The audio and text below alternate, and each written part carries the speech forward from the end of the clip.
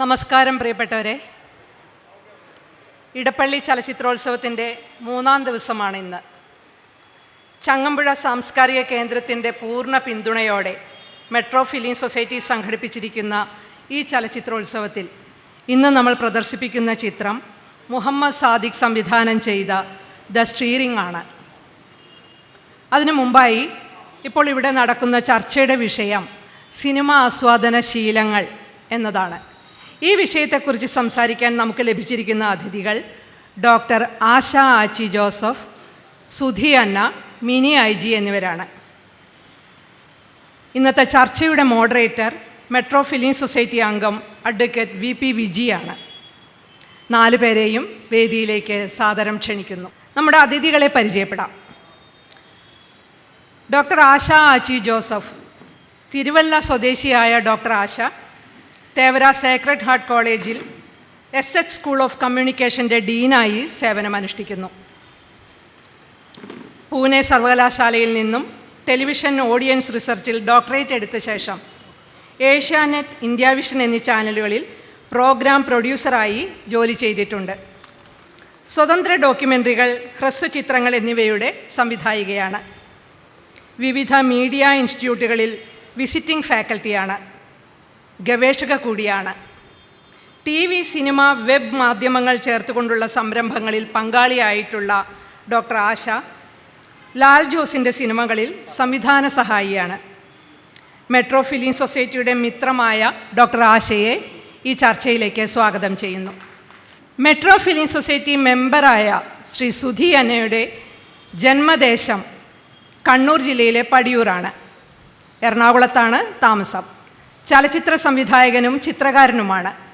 Song of Solomon, hallelujah, Poyyamozhi എന്നീ ചിത്രങ്ങളുടെ സംവിധായകനാണ്. നവാഗത സംവിധായകനുള്ള JC ഫൗണ്ടേഷൻ അവാർഡ് ജേതാവായ സുധിയുടെ ഏറ്റവും പുതിയ ചിത്രമായ പൊയ്യാമൊഴി 2024 കാൻസ് ഇൻ്റർനാഷണൽ ഫിലിം ഫെസ്റ്റിവലിലാണ് പ്രീമിയർ ചെയ്തത്. ഒരു നിഗൂഢ വനത്തിനുള്ളിൽ വേട്ടക്കാരനും അവൻ്റെ ഇരയും ഒരുമിച്ച് നടത്തുന്ന ത്രില്ലിംഗ് യാത്രയാണ് പൊയ്യാമൊഴി എന്ന സിനിമ നമുക്ക് കാണിച്ചു തരുന്നത്. ജാഫർ ഇടുക്കി, നാഥാനിയേൽ, മീനാക്ഷി എന്നിവരെ കൂടാതെ കാടും ഇതിൽ കഥാപാത്രമാകുന്നു. നല്ലൊരു ചിത്രകാരനും ഫ്രീലാൻസ് ഫോട്ടോ ജേർണലിസ്റ്റും കൂടിയായ സുധി അന്ന പെയിൻറ്റിങ്ങുകൾ, ഡ്രോയിങ്ങുകൾ എന്നിവയുടെ നിരവധി പ്രദർശനങ്ങൾ നടത്തിയിട്ടുണ്ട്. കാലിഡോസ്കോപ്പ് എന്ന പേരിൽ ദർബാർ ഹാൾ ആർട്ട് ഗാലറിയിൽ ഫോട്ടോ പെയിൻറ്റിംഗ് എക്സിബിഷൻ സംഘടിപ്പിച്ചത് ഏറെ ശ്രദ്ധേയമായിരുന്നു.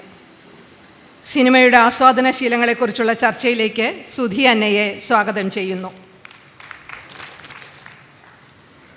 അടുത്തതായി നമ്മൾ പരിചയപ്പെടുന്നത് മിനി IG-യാണ്. ഒറ്റ വാക്കിൽ പറഞ്ഞാൽ ശക്തയും ധീരയുമായ വനിതാ സംവിധായിക എന്ന് മിനിയെ വിശേഷിപ്പിക്കാനാണ് ഞാൻ ആഗ്രഹിക്കുന്നത്. തിരുവനന്തപുരം പൂജപ്പുര സ്വദേശിയായ മിനിയുടെ ഇപ്പോഴത്തെ തട്ടകം എറണാകുളമാണ്. നാഷണൽ സ്കൂൾ ഓഫ് ഡ്രാമയിൽ നിന്നും പഠനം പൂർത്തിയാക്കിയ ശേഷം തിയേറ്റർ ആർട്ടിസ്റ്റായും ഡയറക്ടറായും 25 വർഷത്തിലേറെയായി മിനി നാടകരംഗത്ത് പ്രവർത്തിക്കുന്നു. ലാൽ ജോസിൻ്റെ സംവിധാന സഹായിയായി എൽസമ്മ എന്ന ആൺകുട്ടി എന്ന ചിത്രത്തിലൂടെയാണ് മിനി ചലച്ചിത്ര രംഗത്തെത്തുന്നത്. പിന്നീട് P. ബാലചന്ദ്രനൊപ്പം പ്രവർത്തിച്ചു. 12ഓളം സിനിമകളിൽ മിനി അഭിനയിക്കുകയും ചെയ്തിട്ടുണ്ട്. KSFDCയുടെ സ്ത്രീ ശാക്തീകരണ പദ്ധതി പ്രകാരം സിനിമ നിർമ്മിച്ച ആദ്യ സംവിധായികമാരിൽ ഒരാളാണ് മിനി. ഡിവോഴ്സ് എന്ന ചിത്രം വിവാഹബന്ധങ്ങളുടെ സങ്കീർണതകൾ സ്ത്രീ പുരുഷ ബന്ധങ്ങളെയും എങ്ങനെ ബാധിക്കുന്നു എന്ന് കൃത്യമായി വിലയിരുത്തിയ ചിത്രമാണ്. ചങ്ങമ്പുഴ പാർക്കിൽ നമ്മളത് പ്രദർശിപ്പിച്ചിട്ടുണ്ട്. ഇന്ദുലക്ഷ്മി എന്ന സംവിധായകയുടെ നിള എന്ന സിനിമയിലും 2024 IFFKയിൽ ആദ്യ സ്ക്രീനിംഗ് നടത്തിയ അപ്പുറം എന്ന സിനിമയിലും ശ്രദ്ധേയമായ കഥാപാത്രത്തെ അവതരിപ്പിച്ചുകൊണ്ട് മിനി തൻ്റെ അഭിനയസിദ്ധിയും നമുക്ക് കാണിച്ചു തന്നു.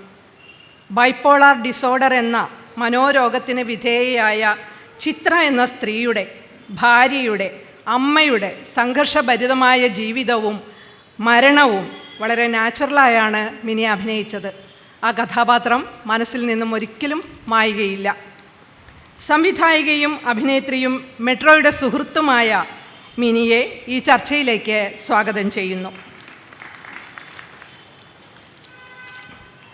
ഇനി ഈ ചർച്ച നയിക്കുന്നത് മെട്രോ ഫിലിം സൊസൈറ്റിയുടെ എക്സിക്യൂട്ടീവ് കമ്മിറ്റി അംഗങ്ങളിൽ ഒരാളായ അഡ്വക്കേറ്റ് വിജി വി പി ആണ്. സിനിമയുടെ ആസ്വാദന ശീലങ്ങൾ എന്ന വിഷയത്തിൽ ചർച്ച നയിക്കുന്നതിനായി അഡ്വക്കേറ്റ് വിജി വി പിയെ സാദരം സ്വാഗതം ചെയ്യുന്നു. ഇതോടെ എൻ്റെ കടമ അവസാനിക്കുകയാണ്. നിങ്ങൾക്ക് ഏവർക്കും നന്ദി, നമസ്കാരം.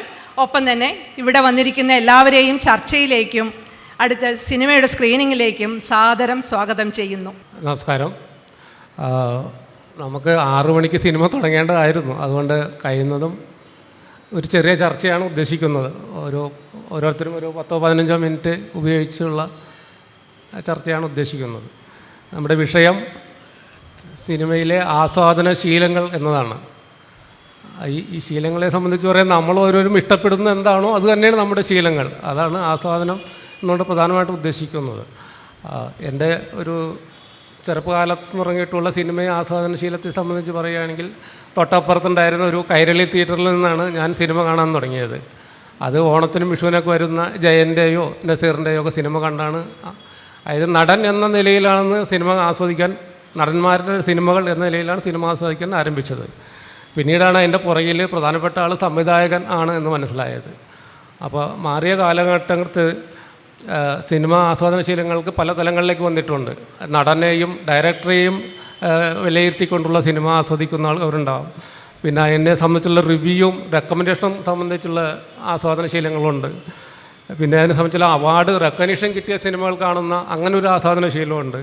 പിന്നീട് സോഷ്യൽ മീഡിയയാണ് പ്രധാനമായിട്ടും ഇൻഫ്ലുവൻസ് ചെയ്യുന്നത്. ഒരു സിനിമയെ കൊമേഴ്സ്യലായാലും കൂടുതൽ സംസാരിക്കുന്നതിനെ സംബന്ധിച്ച് പറയുകയാണെങ്കിൽ കൊമേഴ്സ്യൽ സിനിമയെ തളർത്തുന്നതും ഇപ്പോൾ സോഷ്യൽ മീഡിയ ആണ് എന്ന രീതിയിലായിക്കൊണ്ടിരിക്കുകയാണ്. പിന്നെ അതുകൂടാണ്ട് പേഴ്സണൽ ടേസ്റ്റ് സംബന്ധിച്ച് ചിലർക്ക് ആക്ഷനായിരിക്കാം, ചിലർക്ക് വയലൻ്റ് ആയിരിക്കാം, ചിലർക്ക് മൂടിയായ സിനിമകളായിരിക്കാം. അങ്ങനെ പലതരത്തിലുള്ള സിനിമ ആസ്വാദനശീലങ്ങൾ നിലവിലുണ്ട്. ഇനി ഇത് കാണുന്ന രീതിയെ സംബന്ധിച്ചുള്ള ഒരു വ്യത്യാസങ്ങളും വന്നിട്ടുണ്ട്. പണ്ട് നമുക്ക് തിയേറ്ററിൽ മാത്രമേ പോയി കാണാൻ കഴിയുമായിരുന്നുള്ളൂ. അത് ഗ്രാമപ്രദേശങ്ങളിലാണെങ്കിൽ ഗ്രാമപ്രദേശങ്ങളിൽ എ ക്ലാസ് തിയേറ്ററിൽ നിന്ന് റിലീസ് കഴിഞ്ഞ് പിന്നീട് എപ്പോഴെങ്കിലും വരുന്ന തിയേറ്ററിൽ കണ്ട് ശീലിച്ചവരുണ്ട്. കുറച്ചും കൂടി നഗരമായിട്ട് ബന്ധപ്പെടുന്നവരാണെങ്കിൽ നഗരത്തിൽ പോയി സിനിമ കണ്ട് ശീലിച്ചവരുണ്ട്. അതെല്ലാം കഴിഞ്ഞാണ് നമുക്കിപ്പോൾ വീട്ടിലിരുന്നാൽ നമ്മുടെ സ്വന്തം ഹോം തിയേറ്ററിലിരുന്ന് സിനിമ കാണാം. പുതിയ സിനിമകൾ OTTയിൽ റിലീസ് ചെയ്യുന്നു. ആസ്വാദനശീലങ്ങൾ മാറിക്കൊണ്ടിരിക്കുകയാണ്. ഏറ്റവും പുതിയതായ കോൺട്രവേഴ്സി വന്നിരിക്കുന്നത് ഇതിലെ വില്ലനിസം, അല്ലെ ആ ക്രൂരത സിനിമയിൽ എത്രമാത്രമുണ്ട് എന്നതിനെ സംബന്ധിച്ച് ചർച്ച പോയിക്കൊണ്ടിരിക്കുകയാണ്. അപ്പോൾ അത് വേണോ വേണ്ടേ എന്നുള്ള ഒരു ഇതും കൂടിയുണ്ട്. അവരുടെ ഫെഫ്ക പറയുന്നത് ഇത് കാണാനും ആളുകളുണ്ട്, അതുകൊണ്ട് ഞങ്ങളുടെ ബിസിനസ് മൂല്യവും കൂടി പരിഗണിച്ച് അത്തരം സിനിമകൾ ഇനിയും ഇറക്കേണ്ടി വരും. നല്ല സിനിമകൾ ഇറക്കിയതുകൊണ്ട് നന്നാകുന്നവരും അധികമില്ല, പക്ഷേ ചീത്ത സിനിമകൾ കൊണ്ട് ചീത്തയായി പോകുന്നവരുണ്ട് എന്നുള്ള രീതിയിലാണ് അവരുടെ ഒരു വിശദീകരണം വന്നത്. അതെന്തോ ആയിക്കോട്ടെ, ഇതിൽ നമുക്ക് ഈ ചർച്ചയിൽ ഞാൻ കൂടുതൽ സംസാരിക്കുന്നില്ല. ഇതിൽ നമുക്ക് ആദ്യമായി ചർച്ചയിൽ പങ്കെടുത്ത് ഇതിനെ സംബന്ധിച്ച് സംസാരിക്കാൻ തേവര കോളേജിലെ പ്രൊഫസറും സിനിമാ പ്രവർത്തകയായ ഡോക്ടർ ആശ ആച്ചി ജോസഫിനെ ക്ഷണിക്കുന്നു. വേദിയിലും സദസ്സിനുമുള്ള എല്ലാ ബഹുമാന്യ വ്യക്തികളോടും ഈ ചർച്ചയിൽ പങ്കെടുക്കാനെത്തിയ എല്ലാവരോടും സന്തോഷം അറിയിക്കുന്നു. ഞാൻ സിനിമയാണ് പഠിപ്പിക്കുന്നത്, എന്തുകൊണ്ടാണോ എന്നെ ആദ്യം വിളിച്ചതെന്ന് അറിഞ്ഞുകൂടാ. സിനിമ പഠിപ്പിക്കുക എന്ന് പറഞ്ഞു കഴിഞ്ഞാൽ ഒട്ടും നടക്കുന്ന ഒരു പരിപാടിയല്ല എന്ന് കഴിഞ്ഞ ഒരു 10-12-15 വർഷമായിട്ട് എൻ്റെ സ്റ്റുഡൻസ് എന്നോട് നിരന്തരമായി പറഞ്ഞുകൊണ്ടിരിക്കുന്ന ഒരു കാര്യമാണ്. ഞങ്ങളിവിടെ വന്നിരിക്കുന്നത് ഞങ്ങൾക്ക് സിനിമ ചെയ്യാനാണ് എന്നാണ് അവർ ആദ്യമേ പറയുക. അപ്പോൾ അതുകൊണ്ട് തന്നെ സിനിമ പഠിപ്പിക്കുന്നവർ ഒരിക്കലും സിനിമ എന്താണെന്നോ നല്ല സിനിമ മോശം സിനിമ ഇങ്ങനെയൊക്കെ ഉണ്ടെന്നോ എന്നൊന്നും പറയേണ്ട ഒരു സാഹചര്യം പലപ്പോഴും ഉണ്ടാകാറില്ല. കാരണം സിനിമ ചെയ്യാനായി വളരെ ആകാംക്ഷയോടെ, അതായത് പലപ്പോഴും സിനിമ ചെയ്ത് പഠിക്കാനായി വരുന്ന ഒരു കൂട്ടം ആൾക്കാരുടെ കൂടെയാണ് ഞാൻ നിരന്തരം ജോലി ചെയ്യുന്നത്. അത് എന്നെക്കാൾ ജനറേഷനലി വളരെ വ്യത്യാസമുള്ള ആൾക്കാരുടെ കൂടെയാണ്. അപ്പോൾ അതുകൊണ്ട് തന്നെ വളരെ ഒരു തരത്തിൽ പറഞ്ഞാൽ വളരെ വ്യത്യസ്തമായ, വളരെ സങ്കീർണമായ ഒരു കാര്യമായിട്ടാണ് സിനിമ ആസ്വാദനം എപ്പോഴും എനിക്ക് മനസ്സിലായിട്ടുള്ളത്.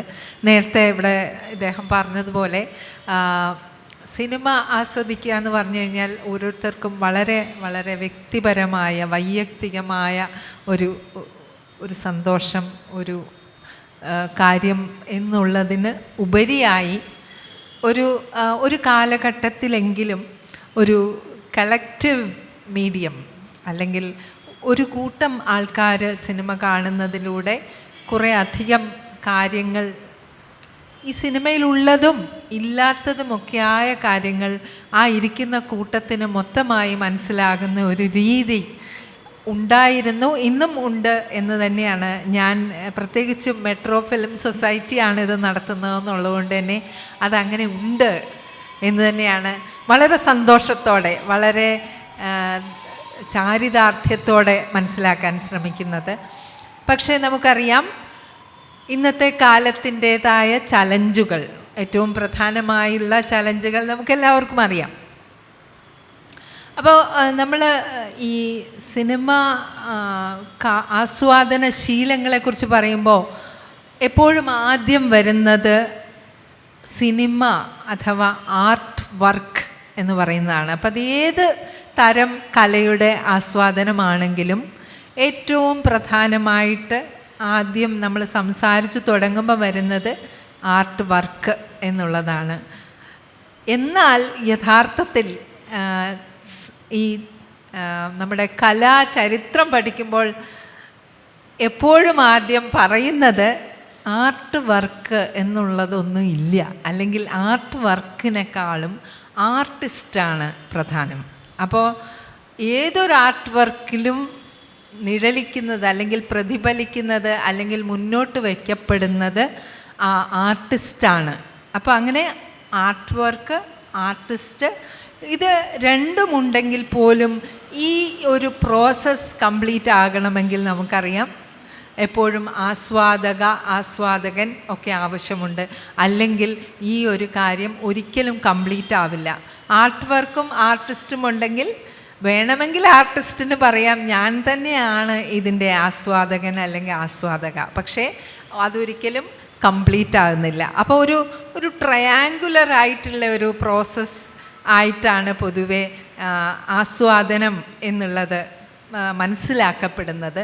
അതിൽ ആർട്ട് വർക്ക്, ആർട്ടിസ്റ്റ്, ആസ്വാദകൻ അല്ലെങ്കിൽ വ്യൂവർ അല്ലെങ്കിൽ അങ്ങനെയുള്ള ഒരു പക്ഷേ അപ്പോൾ ഈ ആർട്ട് വർക്കിലൂടെയാണ് ആർട്ടിസ്റ്റിനെ അറിയുക അല്ലെങ്കിൽ ആർട്ടിസ്റ്റിനെ മനസ്സിലാക്കുക എന്നുള്ള ഒരു കാര്യം നടക്കുന്നത്. അപ്പോൾ ആസ്വാദകനും ഈ സിനിമയുടെ സംവിധായകനുമൊക്കെ ആയിട്ടുള്ള ബന്ധം എന്ന് പറഞ്ഞാൽ വളരെ ഒരു ഡോട്ടഡ് ലൈനാണ്, ഒരു സ്മൂത്ത് ലൈനല്ല. എപ്പോഴും ആർട്ട് വർക്ക് ആർട്ടിസ്റ്റിൻ്റെയും ആസ്വാദകൻ്റെയും ഇടയ്ക്ക് വരുന്നുണ്ടാവും. അതായത് എന്ത് തരം വർക്കാണോ നമ്മൾ ചെയ്തിട്ടുള്ളത് അതിനനുസരിച്ചാണ് നമുക്ക് ആർട്ടിസ്റ്റിനെ മനസ്സിലാക്കാൻ സാധിക്കുക. പലപ്പോഴും നമ്മൾ പറയാറുണ്ടല്ലോ, ആർട്ട് വർക്കിൽ കാണുന്നയാളല്ല ആർട്ടിസ്റ്റ്. അത് കുറച്ച് കാലം മുമ്പ് വരെ അങ്ങനെ ആവാൻ കുഴപ്പമില്ലായിരുന്നു എന്ന് വേണം മനസ്സിലാക്കാൻ. പക്ഷേ കുറച്ച് കാലം ഇപ്പോഴത്തെ കാലത്ത്, അതായത് കണ്ടംപററി ആയിട്ട് നോക്കുമ്പോൾ നമ്മൾ കൂടുതൽ ഇപ്പം ഞാൻ പഠിപ്പിക്കുന്ന സ്റ്റുഡൻസിൽ നിന്ന് വരെ എനിക്ക് മനസ്സിലായിട്ടുള്ളത്, പണ്ടൊക്കെ വേണമെങ്കിൽ ഇങ്ങനെയൊക്കെ ആവാമായിരുന്നു. കാരണം പൊളിറ്റിക്കലി ആ ആർട്ടിസ്റ്റ് എന്താണെന്നുള്ളതൊരു വിഷയമല്ല, ആ ആർട്ട് വർക്കാണ് പ്രധാനം. അപ്പോൾ ആർട്ട് വർക്കിനെ കുറിച്ചിട്ടാണ് ചർച്ച. പക്ഷേ ഇന്നത്തെ കാലത്ത് അത് ഒന്ന് കറങ്ങി തിരിഞ്ഞിട്ടുണ്ട്. അതായത് പൊളിറ്റിക്സ് ഓഫ് ദി ആർട്ടിസ്റ്റ് എന്ന് പറയുന്നത് എപ്പോഴും ആർട്ട് വർക്കിനെ വളരെ ഗൗരവമായിട്ട് ഒരു ഫ്രെയിമിൽ ആക്കാനായിട്ട് നിർബന്ധിതമായി മാറുന്ന ഒരു കാലഘട്ടത്തിലാണ് നമ്മൾ ജീവിക്കുന്നത്. അതുകൊണ്ട് തന്നെ ആർട്ട് വർക്ക് എന്ന് പറയുന്നതും ആർട്ടിസ്റ്റ് എന്ന് പറയുന്നതും തമ്മിൽ വലിയ ഭേദമില്ലാതെയായി മാറിയിട്ടുണ്ട് എന്ന് വേണമെങ്കിൽ പറയാം. പക്ഷെ അപ്പോൾ എവിടെയാണ് നമ്മൾ ഈ ആർട്ട് വർക്കിനെ സംബന്ധിച്ചിട്ടുള്ള നമ്മുടെ ധാരണകൾ, അല്ലെങ്കിൽ യഥാർത്ഥത്തിൽ അതിൻ്റെ പൊളിറ്റിക്സ്, അതിൻ്റെ കൾച്ചറൽ, സോഷ്യൽ എക്കണോമിക് ഒക്കെ ആയിട്ടുള്ള എലമെൻറ്റ്സ് അല്ലെങ്കിൽ അതിൻ്റെ ലെയേഴ്സ് നമ്മൾ എങ്ങനെയാണ് ചിന്തിക്കുക, അതിനെങ്ങനെയാണ് റിഫ്ലക്റ്റ് ചെയ്യുക. ഇപ്പോൾ ആർട്ടിസ്റ്റിന് കൂടുതൽ പ്രാധാന്യം കിട്ടുന്ന ഒരു കാലഘട്ടത്തിൽ ആർട്ട് നമ്മൾ എങ്ങനെയാണ് കാണേണ്ടത്, ഇതൊക്കെ വലിയ ഒരു ഇപ്പോഴത്തെ ചർച്ചയുടെ, അതായത് പ്രത്യേകിച്ചും ഐഡൻറ്റിറ്റി വളരെ പ്രധാനമായിട്ട് വരിക, അതുപോലെ ഇൻക്ലൂഷൻ വളരെ പ്രധാനമായിട്ട് വരിക, ഇങ്ങനത്തെയൊക്കെയുള്ള ഒരു കാലഘട്ടത്തിലാണ് നമ്മൾ ജീവിക്കുന്നത്. പ്രത്യേകിച്ചും കാസ്റ്റ്, ജെൻഡർ, ക്ലാസ് കുറച്ചുകൂടി നേരത്തെ നമ്മളെ സമൂഹത്തിൽ നമുക്ക് പരിചിതമാണ്. പക്ഷേ വളരെ ഗൗരവമായിട്ട് കാസ്റ്റും ജെൻഡറും നമ്മുടെ സമൂഹം കാണാൻ തുടങ്ങിയപ്പോൾ മുതൽ നമ്മൾ ഇൻക്ലൂഷനെക്കുറിച്ച് സംസാരിക്കുന്നു. അതുപോലെ നമ്മളുടെ ഓഡിയൻസസിൻ്റെ വ്യത്യാസത്തിനെക്കുറിച്ച് സംസാരിക്കുന്നു. ആർട്ടിസ്റ്റുകൾ എങ്ങനെയൊക്കെയുള്ള പ്രിവിലേജിൽ നിന്നാണ് വരുന്നതെന്നുള്ള അതെല്ലാതും ഇപ്പോൾ നമ്മുടെ മുന്നിൽ വളരെ പ്രധാനമായിട്ടുള്ള ചർച്ചാ വിഷയങ്ങളായിട്ട് ആർട്ട് വർക്കിനോടൊപ്പം തന്നെ ആർട്ടിസ്റ്റിൻ്റെ അത്തരം എല്ലാ എലമെൻസും ചർച്ചാ വിഷയങ്ങളായിട്ട് വന്നിട്ടുണ്ട്. എനിക്ക് തോന്നുന്നു മിനിക്കൊക്കെ കുറച്ചുകൂടി നന്നായിട്ട് പറയാൻ പറ്റും. കാരണം ഒരു ആർട്ട് വർക്ക് ചെയ്യണം എന്ന് വിചാരിച്ച് കാലങ്ങളോളം ജീവിക്കുന്ന ചില പ്രത്യേക മാർജിനലായിട്ടുള്ള മനുഷ്യരെ നമ്മൾ ഈ അടുത്ത ഇടയ്ക്കൊക്കെയാണ് കുറച്ചുകൂടി ശ്രദ്ധിക്കാൻ തുടങ്ങിയത്. അപ്പോൾ സ്ത്രീകളുടെ സിനിമ പ്രവേശം, സ്ത്രീകൾ എങ്ങനെയാണ് സിനിമ ചെയ്യുന്നത്, സ്ത്രീകൾക്ക് സിനിമ ചെയ്യാനുള്ള കഴിവ് ഉണ്ടോ ഇല്ലേ, അതിനുള്ള കഴിവില്ലായ്മ അല്ലേ നമ്മൾ കാണിക്കുന്നതെന്നൊക്കെ പറയുന്ന കുറേ ചർച്ചകളൊക്കെ വന്നിട്ടുണ്ട്. അപ്പോൾ യഥാർത്ഥത്തിൽ നമ്മൾ ക്വാളിറ്റിയെ തന്നെ ചർച്ച ചെയ്യേണ്ടതായിട്ട് വരികയാണ്. എന്താണ് സമൂഹം ആർട്ടിസ്റ്റിക് ക്വാളിറ്റി എന്ന് പറയുന്നത്, അതെങ്ങനെയാണ് ഉണ്ടാവുന്നത്? ഓരോ സമൂഹത്തിൻ്റെയും ആർട്ടിസ്റ്റിക് ക്വാളിറ്റി ഡെഫിനിഷൻസ് നിയന്ത്രിക്കുന്നത് ആരാണ്? ഇതൊക്കെ ഇന്നത്തെ കാലത്തിൻ്റെ പ്രത്യേകമായിട്ടുള്ള ചിന്തയ്ക്ക് വിഷയീഭവിച്ചിട്ടുണ്ട്. അപ്പോൾ തീർച്ചയായിട്ടും ഞാൻ പ്രതിനിധീകരിക്കുന്ന ഒരു സംഘത്തെ കൂടി ഞാനിവിടെ ഓർമ്മിക്കുകയാണ്. അതായത് വിമൻ ഇൻ സിനിമ കളക്റ്റീവ് മുതലായ സംഘങ്ങൾ, അതുപോലെയുള്ള മാർജിനലൈസ്ഡ് ആയിട്ടുള്ള മനുഷ്യർ സിനിമയിൽ വരുമ്പോൾ എന്ത് സംഭവിക്കുന്നു എന്നുള്ള അവരുടേതായ തരം ആർട്ട് റിഫ്ലക്ഷൻസ് ഒക്കെ ഉണ്ടാവുമ്പോൾ എന്തുകൊണ്ടാണ് നമുക്കൊരു അസ്വസ്ഥത ഉണ്ടാവുന്നത്? അതായത് ക്വാളിറ്റി പോരാ. അതായത് ഞാൻ പല സിനിമ പിച്ചിങ്ങുകളിൽ പങ്കെടുത്തിട്ടുണ്ട്. ഞാൻ സിനിമ ഉണ്ടാക്കുന്ന ആളും കൂടി ആയതുകൊണ്ട് അപ്പോൾ എപ്പോഴും ഒരു പ്രത്യേക വിഭാഗത്തിൻ്റെ ഒരു പ്രശ്നം എന്താണെന്ന് വെച്ച് കഴിഞ്ഞാൽ, നമ്മളുടെ എവിടെയോ നേരത്തെ ഉള്ള ഒരു എന്താ പറയുന്നത് ചിന്തയിൽ ഉള്ള ക്വാളിറ്റിയിൽ ചില ആർട്ട് വർക്കുകൾ ഉണ്ടാക്കാൻ പറ്റില്ലേ എന്നുള്ള ഒരു സങ്കടമോ വിഷമമോ ഒക്കെ നേരത്തെയുള്ള, അതായത് 70-കൾ 80-കൾ 90-കളിലൊക്കെ നമ്മൾ സിനിമ പ്രസ്ഥാനവുമായിട്ടൊക്കെ ബന്ധപ്പെട്ട് കൂടുതലും പുരുഷന്മാരാണ് വന്നിട്ടുള്ളത്. അവർ വളരെ നല്ല രീതിയിൽ സിനിമയെ കാണാൻ ശ്രമിച്ചിട്ടുള്ള, അന്നത്തെ തോന്നലുകളിലൊക്കെ സിനിമയെ കാണാൻ ശ്രമിച്ചിട്ടുള്ള ആൾക്കാരാണ്. പ്രത്യേകിച്ചും ഇൻഡിപെൻഡൻറ്റ് സിനിമയെ ഒക്കെ മുന്നോട്ട് കൊണ്ടുപോകാൻ സഹായിച്ചിട്ടുള്ള ആൾക്കാരാണ്. പക്ഷേ അവരൊക്കെ തന്നെയും പലപ്പോഴും അസ്വസ്ഥരാകുന്നത് എനിക്ക് കാണാൻ ഉള്ള അവസരം കിട്ടിയിട്ടുണ്ട്. അത് ഞാൻ ഒരിക്കലും മോശമായിട്ടല്ല പറയുന്നത്. കാരണം നമ്മൾ ഓരോ കാലഘട്ടത്തിലും ആർട്ട് എന്താണ്, ആർട്ടിസ്റ്റ് ആരാണ് എന്ന് ചിന്തിക്കുമ്പോൾ നമ്മളിത് കാണുന്ന ആളെയും ഇതിനൊപ്പം ചിന്തിക്കേണ്ട ആവശ്യമുണ്ട്.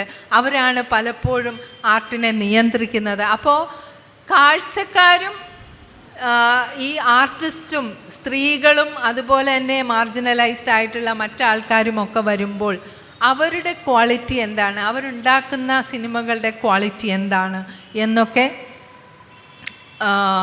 സംശയത്തോടെ നോക്കുമ്പോൾ, ഞാനൊരു ടെലിവിഷൻ പ്രൊഡ്യൂസറും കൂടി ആയതുകൊണ്ട് പറയുകയാണ്, പലരും പറഞ്ഞ് ഞാൻ കേട്ടിട്ടുണ്ട്, സ്ത്രീകളൊക്കെ സീരിയലാണ് ഉണ്ടാക്കുന്നത്, അവർക്ക് സിനിമ ഉണ്ടാക്കാൻ അറിഞ്ഞുകൂടാ, അല്ലെങ്കിൽ സിനിമാറ്റിക് എന്നൊക്കെ പറയുന്നത് എന്താണ്, സ്ത്രീകൾക്ക് അത് മനസ്സിലാകുന്നുണ്ടോ ഇത്തരം കാര്യങ്ങളൊക്കെ വളരെ ഗൗരവമായിട്ടുള്ള ചോദ്യങ്ങളായിട്ട് വരുന്നത് നമ്മൾ കാണുന്നുണ്ട്. എനിക്ക് തോന്നുന്നു ഇപ്പോൾ സിനിമകൾ കൂടുതൽ സ്ത്രീകൾ കൂടുതൽ പാർശ്വസ്ഥിതരായിട്ടുള്ള മനുഷ്യരൊക്കെ സിനിമകൾ ഉണ്ടാക്കുമ്പോൾ അതിലെ കാര്യങ്ങൾ അതിലെ ചർച്ചകളൊക്കെ വരുമ്പോൾ നമ്മൾ ഓർക്കേണ്ട ഒരു കാര്യം, ഈ ക്വാളിറ്റി ഉണ്ടാകുന്നത് പ്രിവിലേജിൽ നിന്നുകൂടിയാണ്.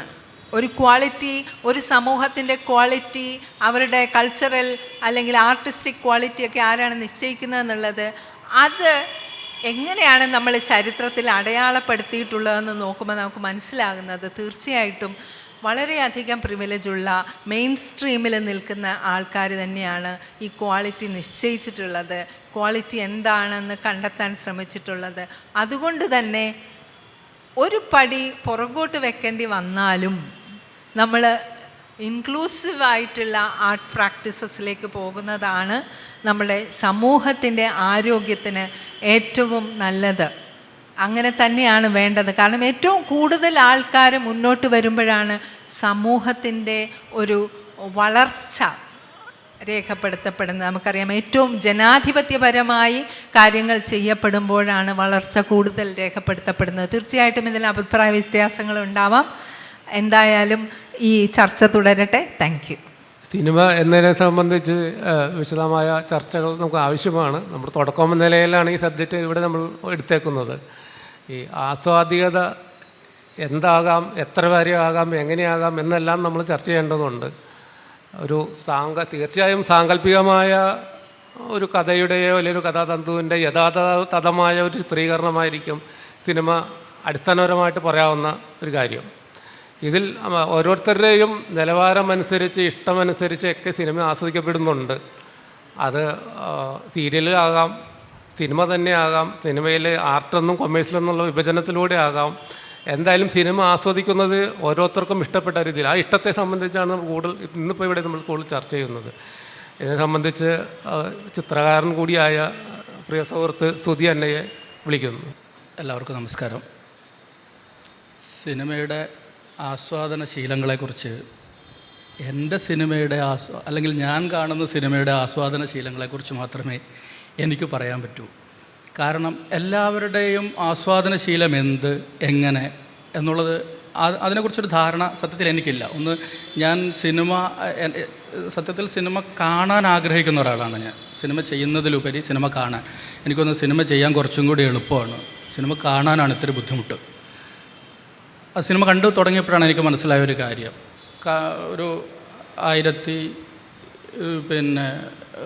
സിനിമ തുടങ്ങിയ കാലം തൊട്ടുള്ള സിനിമകൾ നമ്മൾ കണ്ടുവരുമ്പോഴാണ് നമുക്കൊരു കാര്യം മനസ്സിലാകുന്നത്. സിനിമ കാണുക വളരെ ബുദ്ധിമുട്ടായൊരു കാര്യമാണ്. അതിന് വ്യക്തമായൊരു പഠനം തന്നെ ആവശ്യമാണെന്ന് കരുതുന്ന ഒരാളാണ് ഞാൻ. അപ്പോൾ അതുകൊണ്ട് തന്നെ ഈ ആസ്വാദന ശീലങ്ങളെപ്പറ്റി എൻ്റെ ചെറിയ അറിവ് ഞാൻ സംസാരിക്കാമെന്ന് മാത്രമേ ഉള്ളൂ. അപ്പോൾ ഈ കാഴ്ചയുടെ ഒരു ശീലം എവിടുന്ന് മാറി, അല്ലെ അതെങ്ങനെ മാറി എന്ന് ചോദിച്ചാൽ നമുക്ക് വ്യക്തമായിട്ട് ഉത്തരവൊന്നുമില്ല. എന്നെ സംബന്ധിച്ചിടത്തോളം എനിക്ക് പറയാൻ പറ്റുന്നൊരു കാര്യം വ്യക്തമായിട്ട് ഉത്തരവൊന്നുമില്ല. കാരണം ആദ്യമായിട്ട് ലൂമിയർ സഹോദരന്മാർ സിനിമ കണ്ടുപിടിച്ചതിന് ശേഷം ആ സിനിമ കണ്ട് അത്ഭുതപ്പെട്ട് ഇറങ്ങി ഓടിയവരുണ്ട്, ആ സിനിമ കണ്ട് ഒരുപാട് അത്ഭുതപ്പെട്ടവരുണ്ട്.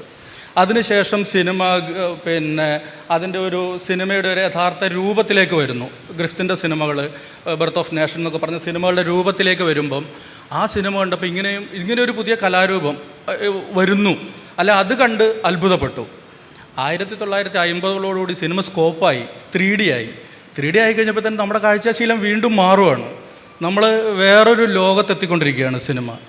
അപ്പോൾ ഈ കാഴ്ചകളെ കണ്ട് കാഴ്ചകളുടെ ഭംഗി ഇങ്ങനെ എന്താ പറയണ്ടേ, അതിൻ്റെ ഭംഗി ആസ്വദിച്ചുകൊണ്ടിരിക്കുമ്പോഴാണ് ഇതിന് കഥ വേണമെന്നുള്ളൊരാശയം വരുന്നത്.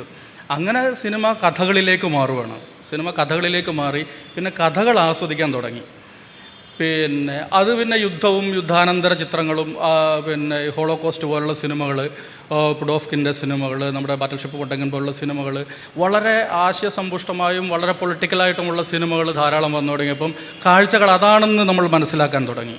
പിന്നീട് സിനിമ വീണ്ടും നമ്മുടെ കണ്ണുകളിൽ നിന്ന് പറിച്ചു കൊണ്ടുപോകുന്നത് താർക്കോവിസ്കിയുടെ സിനിമകൾ അല്ലെങ്കിൽ അതുപോലെയുള്ള ദൃശ്യപരമായ സിനിമകൾ വരുമ്പോഴാണ്.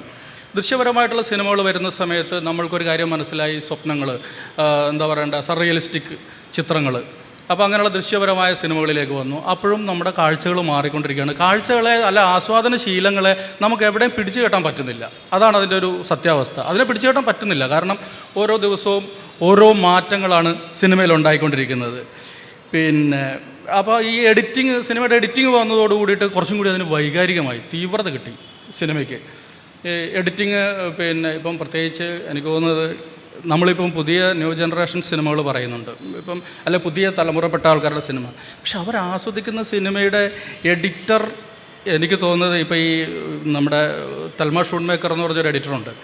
അവർക്ക് 85 വയസ്സായി. 85 വയസ്സിൽ അവർ ഇപ്പോൾ ലാസ്റ്റ് ചെയ്തിരിക്കുന്ന പടം ഏതാ വെച്ചാൽ കില്ലേഴ്സ് ഓഫ് ദ ഫ്ലവർ മൂണാണ്, 85ാമത്തെ വയസ്സിൽ. അപ്പോൾ ഇതിന് പ്രത്യേകിച്ച് നമ്മളിപ്പോഴും ഒരു പുതിയ ആൾക്കാരുടെ സിനിമ എന്ന് നമ്മൾ പറയുമ്പോഴും ഇതിൻ്റെ പിന്നിൽ നിൽക്കുന്ന 82 വയസ്സുള്ള മാർട്ടിൻ സ്കോർസെസിയും അല്ലെങ്കിൽ ഡേവിഡ് ഫിഞ്ചറും ഇങ്ങനെയുള്ള കുറേ ആൾക്കാർ ഇതിൻ്റെ പിന്നിൽ നിൽക്കുന്നവരെല്ലാം മാസ്റ്റേഴ്സായ ആൾക്കാരാണ്. ശരിക്കും അവരാണ് പുതിയ തലമുറയ്ക്ക് വേണ്ടി സിനിമ എടുത്തു കൊടുക്കുന്നത്. പുതിയ യൂത്തിൻ്റെ സിനിമ എന്ന് പറയുമ്പോഴും അല്ലെങ്കിൽ ഒരു പുതിയ ജനറേഷൻ്റെ സിനിമ എന്ന് പറയുമ്പോഴും ഇവരാണ് ചെയ്യുന്നത്.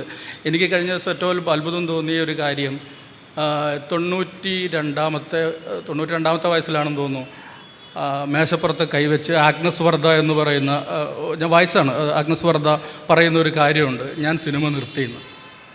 കാരണം 92ാമത്തെ വയസ്സിൽ ഒരു അവസാനം അവർ ചെയ്ത പിന്നെ ഡോക്യുമെൻ്ററി ഉണ്ട്, ഗ്ലീനേഴ്സ് ആൻഡ് ഐ എന്ന് പറഞ്ഞൊരു ഡോക്യുമെൻ്ററിക്ക് ശേഷം ഞാൻ സിനിമ നിർത്തിയെന്ന് അവർ പറയുന്നു. 100 വയസ്സിൽ സിനിമ ചെയ്ത വനിതയുണ്ട്. അപ്പോൾ ഈ നേരത്തെ ഇപ്പം സ്ത്രീകളുടെ കാര്യം ടീച്ചർ പറഞ്ഞുകൊണ്ട് ഞാൻ പറയുകയാണ്, ഞാൻ കണ്ടിട്ടുള്ളതിൽ വെച്ച് ലോക സിനിമകൾ അടയാളപ്പെടുത്തിയത് മുഴുവൻ സ്ത്രീകളാണ്. കാരണം അവർ സംശയിക്കാനില്ല അതിനകത്ത്. ഒന്ന് ഇപ്പം സിനിമയുടെ കാര്യം നമ്മളെടുത്ത് ആരെടുത്ത് നോക്കിക്കഴിഞ്ഞാൽ ഇപ്പോഴത്തെ ആക്ടേഴ്സിൻ്റെ കാര്യം എടുത്ത് നോക്കിക്കഴിഞ്ഞാൽ എനിക്ക് തോന്നുന്ന അഭിനയത്തിൻ്റെ കാര്യത്തിൽ ജൂലിയറ്റ് ബിനോഷെ, ലോകം അടയാളപ്പെടുത്തിയ ഒലീവിയ കോൾമൺ, അതുപോലെ എഡിറ്ററായ ഷൂൺമേക്കർ, അങ്ങനെ എല്ലാ തരത്തിലും അതിനപ്പുറത്തേക്ക് മറികടക്കാൻ നമുക്ക് കഴിഞ്ഞിട്ടില്ല. ശരിക്കും ഈ ട്രിനി ട്രാൻഹോമും അതേപോലെ തന്നെ ഈ ഹന്ന അബ്ബാസൊക്കെ അഭിനയിക്കുന്ന അഭിനയം അത് കണ്ടു കഴിഞ്ഞാൽ നമുക്കിതിനപ്പുറത്തേക്ക് അഭിനയിക്കാൻ സാധ്യതയുണ്ടോ എന്ന് പോലും നമ്മൾ ചിന്തിച്ചു പോകും. അപ്പം ഈ അത്തരം സിനിമകൾ വരുമ്പം അടയാളപ്പെടുത്തിയത് മുഴുവൻ സ്ത്രീകൾ തന്നെയാണ്. ഇപ്പോൾ എഡിറ്റിങ്ങിൻ്റെ കാര്യം ഇപ്പോൾ പറഞ്ഞു നോക്ക്, കില്ലേഴ്സ് ഓഫ് ദ ഫ്ലവർ മൂണും ഷട്ടർ ഐലൻഡ് അടക്കമുള്ള സിനിമകൾ എഡിറ്റ് ചെയ്തിരിക്കുന്ന അവരാണ്. എൻ്റെ 84ാമത്തെ വയസ്സിലാണ് എഡിറ്റിംഗ് നിർവഹിച്ചിരിക്കുന്നത്. അത്ര ശക്തമായിട്ട് ഇവിടെ സാന്നിധ്യം ഉണ്ട്, നമ്മളറിയാതെ പോയതാണ് ശരിക്കും പറഞ്ഞാൽ. അതുപോലെ പിന്നെ അപ്പോൾ ഇതിൻ്റെയൊക്കെ ഇത് എഡിറ്റിംഗ് ഇപ്പോൾ പറയാൻ കാരണം വെച്ചാൽ ആസ്വാദനത്തിൻ്റെ ഒരു തലവും കൂടി എഡിറ്റിങ്ങിൽ വല്ലാതെയുണ്ട്. എഡിറ്റിംഗ് കട്ട് ചെയ്ത് നമ്മളുടെ മുമ്പിലെത്തി അതിൻ്റെ തീവ്രത ശരിക്കും കൊണ്ടുവരുവാണ്. ആ തീവ്രത കൊണ്ടുവരാൻ അതിനൊരു കഴിവ് തന്നെ വേണം. ഒരുപാട് കലകളുടെ ഒരു സമ്മേളനമാണ് സിനിമ എന്ന് പറയുന്നത്. അപ്പം ഈ സിനിമയിൽ ഇപ്പം ചിത്രകലയിൽ നിന്ന് സിനിമയുണ്ടാകുന്നു. പിന്നെ എന്താ പറയണ്ടേ, ഒന്നും വേണ്ട, നമുക്ക് ശരിക്കും പറഞ്ഞാൽ ഇപ്പം ഈ കഥാപരമായ സിനിമകൾ നമ്മളെ ഇങ്ങനെ രസിപ്പിച്ചുകൊണ്ടിരിക്കും. ഡയലോഗ് പറഞ്ഞ് നമ്മളെ രസിപ്പിച്ചുകൊണ്ടിരിക്കുമ്പം ഇതിനെതിരെ യുദ്ധം ചെയ്തവരുണ്ട്. ചാർലി ചാപ്ലിനും ബസ്റ്റർ കീറ്റനൊക്കെ 400 സിനിമ ചെയ്ത ബസ്റ്റർ കീറ്റനും ചാർലി ചാപ്ലിനൊക്കെ ഇങ്ങനെ നിശബ്ദമായി സിനിമ ചെയ്ത് ഇപ്പോഴും ചാപ്ലിൻ എന്ന് പറഞ്ഞാൽ നമുക്കറിയാം, നമ്മുടെ ഉള്ളിലുണ്ട് ചാപ്ലിൻ എന്ന് പറയുമ്പോഴേക്കും. അപ്പോൾ ഇതൊക്കെ വെറും ശരിക്കും ദൃശ്യമാണ് സിനിമ എന്ന് വിശ്വസിക്കുന്ന ഒരാളാണ് ഞാൻ. അതിന് കഥ വേണമെന്ന് പോലുമില്ല, ഒരു നിമിഷത്തെ ഒരാശയമെടുത്ത് വിശദീകരിച്ച് കൊടുക്കാൻ പറ്റുന്ന കാര്യങ്ങൾ മാത്രമേ ഉള്ളൂ. പ്രത്യേകിച്ച് അത്തരം സിനിമകൾ ഒരുപാടായിട്ടുണ്ട് വളരെ നിശബ്ദമായിട്ട്. ഇപ്പോൾ ഈ കഴിഞ്ഞ ദിവസം ഞാൻ കണ്ടിട്ടുണ്ടായിരുന്ന ഒരു പടമായിരുന്നു, പിന്നെ കഴിഞ്ഞ ദിവസം ഒരു സിനിമ കണ്ടിരുന്നത് മാഡ് മിക്കൽസൻ്റെ ഒരു പടം. മുഖം കൊണ്ട് മാത്രം അയാൾ വെറുതെ നോക്കി നിന്ന് അഭിനയിക്കുകയാണ് മാഡ് മിക്കൽസൺ. അപ്പോൾ അങ്ങനെ കാഴ്ചകളിലേക്ക് സിനിമ തിരിച്ചു കൊണ്ടുവന്നു. ഒരു കാലത്ത് ഡയലോഗിൽ നിന്നും ഈ നോവലുകളിൽ നിന്ന് സിനിമ ഉണ്ടാകുന്നു, അതിൽ നിന്ന് പിന്നെ കഥകളിൽ നിന്ന് സിനിമ ഉണ്ടാകുന്നു. നമുക്ക് വീട്ടിലിരുന്നാൽ റേഡിയോ ഓൺ ചെയ്ത് വെച്ച് റേഡിയോ നാടകം പോലെ സിനിമ കേൾക്കാൻ പറ്റുന്ന ഒരു കാലത്തിൽ നിന്നും മാറി സിനിമ കാഴ്ചയായി തന്നെ തിരിച്ചു കൊണ്ടുവരാൻ ഒരു കാലത്ത് ശ്രമിച്ചിരുന്നു. പിന്നെ ഈ നമ്മളിപ്പോൾ കഴിഞ്ഞ പ്രാവശ്യം പ്രദർശിപ്പിച്ച ജോവാൻ ഓഫ് ആർക്ക് പലരുടെ കാലങ്ങൾക്ക് മുമ്പേ ഇറങ്ങിക്കഴിഞ്ഞു. ഇനി നമ്മളിവിടെ പ്രത്യേകിച്ച് അത്ഭുതമൊന്നും കാണിക്കാനില്ല. അത്ഭുതം കാണിക്കേണ്ട സിനിമകളൊക്കെ ഇറങ്ങിക്കഴിഞ്ഞു ശരിക്കും പറഞ്ഞാൽ. ഇനി പ്രത്യേകിച്ച് അതിനകത്ത് നമ്മൾ ഇനി അതിൽ പഠനം നടത്തി ചെയ്യുക എന്നുള്ളത് മാത്രമേ നമുക്ക് ബാക്കിയുള്ളൂ. ഇപ്പം സിനിമയിൽ തന്നെ ഈ കാഴ്ചയുടെ പ്രാധാന്യം, ഇപ്പോൾ ക്യാമറാമാൻ ക്രിസ്റ്റഫർ ഡോയൽ പോലുള്ള അല്ലെങ്കിൽ മാർട്ടിൻ സ്കോർസെസിൻ്റെ ക്യാമറാമാൻ, ഇങ്ങനെയുള്ള ക്യാമറാമാൻമാർ ഈ കാഴ്ചകൾ കൊണ്ട് ഒരുപാട് വിസ്മയം തീർത്തി. ഒന്ന് വെച്ചാൽ നമ്മൾ സിനിമ കാണാൻ നമുക്ക് ക്ഷമ വേണം എന്നുള്ളതാണ് ഒന്നാമത്തെ കാര്യം. ക്ഷമയുണ്ട്, ഭയങ്കര രസമാണ് സിനിമ കണ്ടിരിക്കാൻ. ആ ലാൻഡ്സ്കേപ്പിലൂടെ സഞ്ചരിക്കുക, ആ ശബ്ദങ്ങളിലും ആ ലാൻഡ്സ്കേപ്പിലും ആ കാഴ്ചക്കാരൻ്റെ മുഖത്തും പോൾ മുനി വിഭാവനം ചെയ്തിരിക്കുന്ന അഭിനയശാസ്ത്രത്തിൽ പറഞ്ഞിരിക്കുന്ന നിശബ്ദമായ അഭിനയങ്ങൾ, അവർ വെറുതെ നിന്നാൽ പോലും നമ്മളെക്കൊണ്ട് കരയിക്കുകയും നമ്മളെക്കൊണ്ട് ചിരിപ്പിക്കുകയും ചിന്തിപ്പിക്കുകയും ചെയ്യുന്ന ഒരു സാധ്യത സിനിമകൾക്കുണ്ട്. പക്ഷേ നമ്മളത് മറന്ന് ഡയലോഗുകൾ കൊണ്ട് റേഡിയോ നാടകം പോലെ പലപ്പോഴും സിനിമ അങ്ങനെയായിട്ട് മാറിയിട്ടുണ്ടായിരുന്നു. പക്ഷേ അതിനുശേഷം അടൂർ വന്നാലും ഇപ്പോൾ മലയാളത്തിലായാലും അടൂരും അരവിന്ദനും KG ജോർജും ഒക്കെ ഈ സിനിമകൾക്ക് പുതിയ മാനങ്ങൾ ഇവിടെ കൊണ്ടുവന്നിട്ടുണ്ട്. കാരണം സ്വപ്നാടൻ പോലുള്ള സിനിമകൾ. അപ്പം ഇതിൻ്റെയൊക്കെ ഒരു സാധ്യതകൾ കാഴ്ചകളിൽ തന്നെയാണ് ഞാൻ എപ്പോഴും വിശ്വസിക്കുന്നത്. ആസ്വാദനശീലം കാഴ്ചകളിലാണ് നമുക്ക് കൂടുതലുണ്ടാവുക. പിന്നെ ഇത് ഈ കാഴ്ചകളുടെ സൗന്ദര്യശാസ്ത്രം മാത്രമല്ല, ഫാസിസ്റ്റ് നിലപാട്, ഇപ്പോൾ ഫാസിസവും അല്ലെങ്കിൽ ഈ പറയുന്ന കാര്യങ്ങളൊക്കെ വരുന്ന സമയത്ത് സിനിമ എപ്പോഴും ഇത് നമ്മളെ ആകർഷിക്കും ഭയങ്കരമായിട്ട്. അതിൻ്റെ ഉദാഹരണമാണ് ഹിറ്റ്ലറിൻ്റെ കാലത്ത് ലെനി റിഫൻസ്റ്റാൾ എന്ന് പറയുന്ന ഒരു സംവിധായകൻ ഉണ്ടായിരുന്നു. ഒരു 100 വയസ്സ് ഒരു സിനിമ ചെയ്തു ലെനി റിഫൻസ്റ്റാളിൽ ചെയ്ത സിനിമകളെല്ലാം ഹിറ്റ്ലർക്ക് വേണ്ടിയിട്ടായിരുന്നു. അത് ഭയങ്കരമായ പ്രൊപ്പഗണ്ട സിനിമകളായിരുന്നു. എന്നാൽ മറുവശത്ത് ആ സിനിമകൾ ജനങ്ങളെ സിനിമകൾ സ്വാധീനിക്കുമെന്നുള്ള ബോധ്യമുള്ളത് കൊണ്ട് തന്നെയാണ് 100 ക്യാമറ ഉപയോഗിച്ച് ഒളിമ്പിയ പോലുള്ള സിനിമകൾ ലെനി റിഫൻസ്റ്റാളിനെ കൊണ്ട് ഹിറ്റ്ലർ ജയിച്ചിരുന്നത്. അത് വളരെ തന്ത്രപരമായ ഇടപെടലാണ് ശരിക്കും പറഞ്ഞാൽ. അപ്പോൾ ഈ സിനിമ സമൂഹത്തിൽ നിന്ന് കലയിലേക്കും കലയിൽ നിന്ന് തിരിച്ച് സമൂഹത്തിലേക്കുമുള്ളൊരു കൊടുക്കൽ വാങ്ങലാണ് സിനിമയിലൂടെ നടക്കുന്നത്. അല്ലാതെ സിനിമ കൊണ്ട് ആരും മോശമാവില്ല. സമൂഹത്തിൽ നിന്ന് സിനിമയിലേക്ക് എടുക്കും, സിനിമയിൽ നിന്ന് അത് തിരിച്ച് സമൂഹത്തിനും കൊടുക്കും. അത് എങ്ങനെ കൊടുക്കണം? അപ്പോൾ നമ്മൾ പറയും ഇവിടെയുള്ള ചില സിനിമകൾ നമ്മളെ വൈകാരികമായിട്ട് ഭയങ്കര പ്രശ്നങ്ങൾ ഉണ്ടാക്കുന്നു. സിനിമ അതിനകത്തുണ്ടെങ്കിൽ ഇതൊന്നും പ്രശ്നമില്ലെന്നേ. സിനിമ അതിനകത്തുണ്ടെങ്കിൽ കുഴപ്പമില്ല. കലാപം മാത്രം ഉണ്ടെങ്കിൽ അത് കലാപം മാത്രമായി തീരും. ഒരു കലാപകരമായ ഒരു സിനിമയിൽ കലാപമുള്ളൊരു സിനിമയിൽ എത്രത്തോളം കലയുണ്ട് എന്നുള്ളതും കൂടി ആലോചിക്കണം. കലയുണ്ടെങ്കിൽ ആ സിനിമ അത് കലാപമാകുന്നില്ല, നമുക്കത് ഉൾക്കൊള്ളാൻ പറ്റും. ആ സിനിമയുടെ ആവശ്യം എന്താണെന്ന് നമ്മളതിനെ ബഹളം വെച്ചിട്ടില്ല. അതിനകത്ത് സിനിമ ഇല്ലാത്തതുകൊണ്ടാണ് നമ്മളിപ്പോൾ ഈ പറയുന്നത് അത് കണ്ട് കുട്ടികൾ പഠിക്കുന്നു, ഇത് കണ്ട് കുട്ടികൾ പഠിക്കുന്നു എന്നല്ലോ. ലോകത്ത് ഏത് ക്ലാസിക് സിനിമകൾ എടുത്ത് നോക്കിയാലും കലാപിൽ ജോൺ ഓഫ് ആർക്കൊക്കെ എടുത്ത് നോക്കിയാൽ നമുക്ക് മനസ്സിലാകാത്ത അതിനകത്ത് പീഡന രംഗങ്ങൾ ചിത്രീകരിച്ചിരിക്കുന്നതൊക്കെ എങ്ങനെയാണെന്ന് വളരെ കൃത്യമാണ്. ഇതൊക്കെ കാലങ്ങൾക്ക് മുമ്പേ ചെയ്തു പോയ കാര്യമാണ്. ഇവിടെ സിനിമ ഇല്ലാത്തത് നമ്മുടെ കുഴപ്പമല്ല. ശരിക്കും സിനിമ ഇതിനകത്ത് വന്നു കഴിഞ്ഞാൽ, കല, ആർട്ട്, പ്യുവർ ആർട്ട് വന്നു കഴിഞ്ഞാൽ ഇതിനെ എങ്ങനെ വിലയിരുത്താം എന്നുള്ളതാണ് ഇതിൻ്റെ ഒരു കാരണം. അതിൻ്റെ ഒരു ഉദാഹരണം എന്താ വെച്ചാൽ, ഞാൻ ഒരു ചെറിയൊരു ഉദാഹരണം കൂടെ പറഞ്ഞ് പെട്ടെന്ന് നിർത്താം. എന്താണെന്ന് വെച്ചാൽ, ഈ ആസ്വാദന ശീലം എങ്ങനെ നമ്മളിലേക്ക് വരുന്നു എന്നുള്ളതിൻ്റെ ഒരു രീതി. ഞാൻ കഴിഞ്ഞ ദിവസം ഒരു സിനിമ ഉണ്ട്. ആ സിനിമ ഉണ്ട്. അപ്പോൾ ആ സിനിമ എനിക്ക് ബ്ലാക്ക് ആൻഡ് വൈറ്റ് സിനിമ എനിക്ക് ഭയങ്കര ഇഷ്ടപ്പെട്ടു. അപ്പോൾ ഞാൻ വിചാരിച്ചത് ഈ സിനിമയെ പറ്റി കൂടുതലൊന്ന് പഠിക്കാം എന്ന് കരുതി. അപ്പോൾ ഇത് ജസെ കോസിൻസ്കിയുടെ ഒരു നോവല്, ജസെ കോസിൻസ്കി എന്ന് പറഞ്ഞൊരു എഴുത്തുകാരൻ്റെ ഒരു നോവല് സിനിമയാക്കാൻ വേണ്ടി തീരുമാനിച്ചു. ഡയറക്ടർ മർഹൂൾ എന്ന് പറഞ്ഞാൽ അയാൾ ചെക്ക് ഡയറക്ടറാണ്. അപ്പോൾ ഇദ്ദേഹം ഇത് സിനിമയാക്കാൻ വേണ്ടി തീരുമാനിച്ചു കഴിഞ്ഞപ്പോൾ ഈ സിനിമ ആയിട്ട് പുള്ളിയോട് സംസാരിച്ചപ്പോൾ പുള്ളി പറഞ്ഞത്, എൻ്റെ നോവലല്ല, ഇതിപ്പോൾ ആൾക്കാർ വായിച്ചുകൊണ്ടിരിക്കില്ല, ഇത് പെട്ടെന്നൊന്നും സിനിമയാക്കാൻ പറ്റില്ല എന്ന് പറഞ്ഞു. അപ്പോൾ പുള്ളി പറഞ്ഞു, അല്ല ഞാൻ കാത്തിരിക്കാം, കുഴപ്പമില്ല, നമുക്കിത് ചെയ്യാമെന്നുള്ള രീതിയിൽ. അങ്ങനെ പുള്ളി ഒരു 3 വർഷം കാത്തിരുന്നപ്പം കോസിൻസ്കി പറഞ്ഞു, ശരി നിങ്ങൾ സിനിമയാക്കാൻ എടുത്തോളാൻ പറയുന്നു. അങ്ങനെ പുള്ളി ഇത് സിനിമയാക്കാൻ എടുത്തു കഴിഞ്ഞപ്പോഴാണ് പ്രശ്നം, ഇതിന് നല്ലൊരു ക്യാമറാമാൻ വേണം, അല്ല ഇതിന് നല്ല തിരക്കഥ വേണം. അങ്ങനെ പുള്ളി തിരക്കഥ എഴുതി ഓരോ പ്രാവശ്യവും കോസിൻസ്കിയായിട്ട് ചർച്ച ചെയ്യും. പുള്ളിക്ക് താല്പര്യമാകുന്നില്ല. എൻ്റെ നോവലിലുള്ളത് എങ്ങനെയാണോ അതിൽ ഞാൻ ഉദ്ദേശിക്കുന്ന രീതിയിൽ തിരക്കഥ വരണം എന്നുള്ള വാശിക്കാരനാണ് പുള്ളി. അങ്ങനെ 7 വർഷം കൊണ്ട് 17 പ്രാവശ്യം ആ തിരക്കഥ മാറ്റി എഴുതി. 17 പ്രാവശ്യം ഈ തിരക്കഥ മാറ്റി എഴുതി എല്ലാം പുള്ളി ഓക്കെ, ഇനി നമുക്ക് സിനിമ തുടങ്ങാമെന്ന് പറഞ്ഞു. അപ്പോൾ 7 വർഷം കഴിഞ്ഞു. അപ്പോൾ അതിനുശേഷം വീണ്ടും ഒരു പ്രശ്നം, ഇത് ക്യാമറാമാൻ വേണം. അങ്ങനെ ക്യാമറാമാൻ അന്വേഷിച്ച് നടന്നപ്പം 84 വയസ്സുള്ള ഒരു ക്യാമറാമാൻ ഉണ്ട്, സ്മൂട്ടിനി എന്ന് പറഞ്ഞാൽ വ്ളാദിമിർ സ്മൂട്ടിനി. മിടുക്കനെ, ഭയങ്കര ക്യാമറാമാൻ. ഞാൻ അയാളുടെ വർക്കുകളൊക്കെ കണ്ടിട്ടുണ്ട്, നോട്ട്സും ഉണ്ട് ക്യാമറയുടെ, ഭയങ്കര രസമുണ്ട് ടെക്നിക്കിൻ്റെ. അപ്പോൾ അദ്ദേഹം ഇത് കണ്ടിട്ട് പറഞ്ഞ്, ഇത് എനിക്ക് ചെയ്യണമെങ്കിൽ ഇത് ഭയങ്കര ഒരു വിഷ്വൽ പോയട്രിയാണ് ഈ സാധനം, വിഷ്വലാണ് ഭയങ്കരമായിട്ട്. അപ്പോൾ ഇത് പ്രത്യേകിച്ച് ബ്ലാക്ക് ആൻഡ് വൈറ്റ് ചെയ്യുമ്പോൾ ഇതിനകത്ത് കാട് വരുന്നുണ്ട്, മഞ്ഞ് വരുന്നുണ്ട്, സമതലങ്ങൾ വരുന്നുണ്ട്, അങ്ങനെ ഒരുപാട് ഏരിയകൾ വരുന്നുണ്ട്. അപ്പോൾ ഇതെങ്ങനെ ഷൂട്ട് ചെയ്യും ബ്ലാക്ക് ആൻഡ് വൈറ്റിൽ? അതിനുവേണ്ടി ഒരു പഠനം നടത്തണം, നിങ്ങൾ ഉദ്ദേശിക്കുന്ന ലൊക്കേഷൻ മുഴുവൻ സഞ്ചരിക്കണമെന്ന് പറയും. അങ്ങനെ ഇവർ ലൊക്കേഷനിലൂടെ സഞ്ചരിച്ച് 3 വർഷം സഞ്ചരിച്ചൊരു തീരുമാനത്തിലെത്തി ഇത് ബ്ലാക്ക് ആൻഡ് വൈറ്റ് ചെയ്യാമെന്ന്. അങ്ങനെ ആ പടം ബ്ലാക്ക് ആൻഡ് വൈറ്റിൽ ചെയ്യാനുള്ള തീരുമാനം എടുത്തപ്പോൾ പുള്ളി പറഞ്ഞു, ഇപ്പോഴത്തെ പുതിയ ക്യാമറ ഉപയോഗിച്ചുകൊണ്ട് 2019 ഈ സിനിമ ഇറങ്ങുന്നത്. അപ്പോൾ ഈ പുതിയ കാലഘട്ടത്തിലെ ടെക്നിക്കുകൾ ഉപയോഗിച്ചുകൊണ്ട് ഈ സിനിമ കളറിൽ ചെയ്തിട്ട് ഇത് ബ്ലാക്ക് ആൻഡ് വൈറ്റിലേക്ക് എഡിറ്റിങ്ങിൻ്റെ സമയത്ത് ട്രാൻസ്ഫർ ചെയ്യുന്ന പരിപാടിക്ക് ഞാനില്ല, എനിക്ക് വിൻറ്റേജ് ക്യാമറ വേണം ഇത് ഷൂട്ട് ചെയ്യാൻ, അത് ആ ബ്ലാക്ക് ആൻഡ് വൈറ്റിൽ തന്നെ ചെയ്യണമെന്നുള്ള രീതിയിൽ. അങ്ങനെ അദ്ദേഹം എന്ത് ചെയ്തു, ഈ സ്ഥലങ്ങളൊക്കെ സഞ്ചരിച്ച് black and white vintage camera 4 സംഘടിപ്പിച്ച് കൊണ്ടുവന്ന് ഷൂട്ട് തുടങ്ങാൻ വേണ്ടി തീരുമാനിക്കുമ്പം black and white film already available അല്ല. കൊഡാക്ക് കമ്പനിയെ ബന്ധപ്പെട്ട് 2 വർഷം കൊണ്ട് കൊഡാക്ക് കമ്പനി ഇവർക്ക് ഫിലിം അടിച്ചു കൊടുത്ത് ഈ ഫിലിം കൊണ്ടുവന്നിട്ട് ഇവർ ഷൂട്ട് ചെയ്തു പടം. 3 മണിക്കൂറോളം പടമുണ്ട്. പെയിൻറ്റഡ് ബേർഡ് എന്ന് പറഞ്ഞ സിനിമ. അതിന് പിന്നിലൊരു നല്ല ചരിത്രമുണ്ട്. 14 വർഷത്തെ വലിയൊരു ചരിത്രം പെയിൻറ്റഡ് ബേർഡിനുണ്ട്. അപ്പോൾ ഈ സിനിമ കണ്ടപ്പോഴാണ് എനിക്ക് തോന്നിയത്, ഞാനിത് അന്വേഷിച്ച് പോയത് എത്ര നന്നായി എന്ന് എനിക്ക് തോന്നിയത്. പിന്നെ ഞാൻ ഇദ്ദേഹത്തിൻ്റെ ഒക്കെ നോട്ട്സുകൾ എടുക്കാൻ തുടങ്ങി, ഇത് എങ്ങനെ ഷൂട്ട് ചെയ്തു. അപ്പം ഇതിൻ്റെ ഡയറക്ടർ മർഹൂൾ പറഞ്ഞൊരു കാര്യമുണ്ട്, ഇവാൻ്റെ ബാല്യം എന്ന് പറയുന്ന തർക്കോവിസ്കിയുടെ പടം അന്ന് പുള്ളീനെ സ്വാധീനിച്ചിട്ടാണ് പുള്ളി ഇന്ന് ബ്ലാക്ക് ആൻഡ് വൈറ്റിൽ അതേപോലെ ഒരു പയ്യൻ്റെ മൂഡിൽ ആ സിനിമ എടുത്തിരിക്കുന്നത്.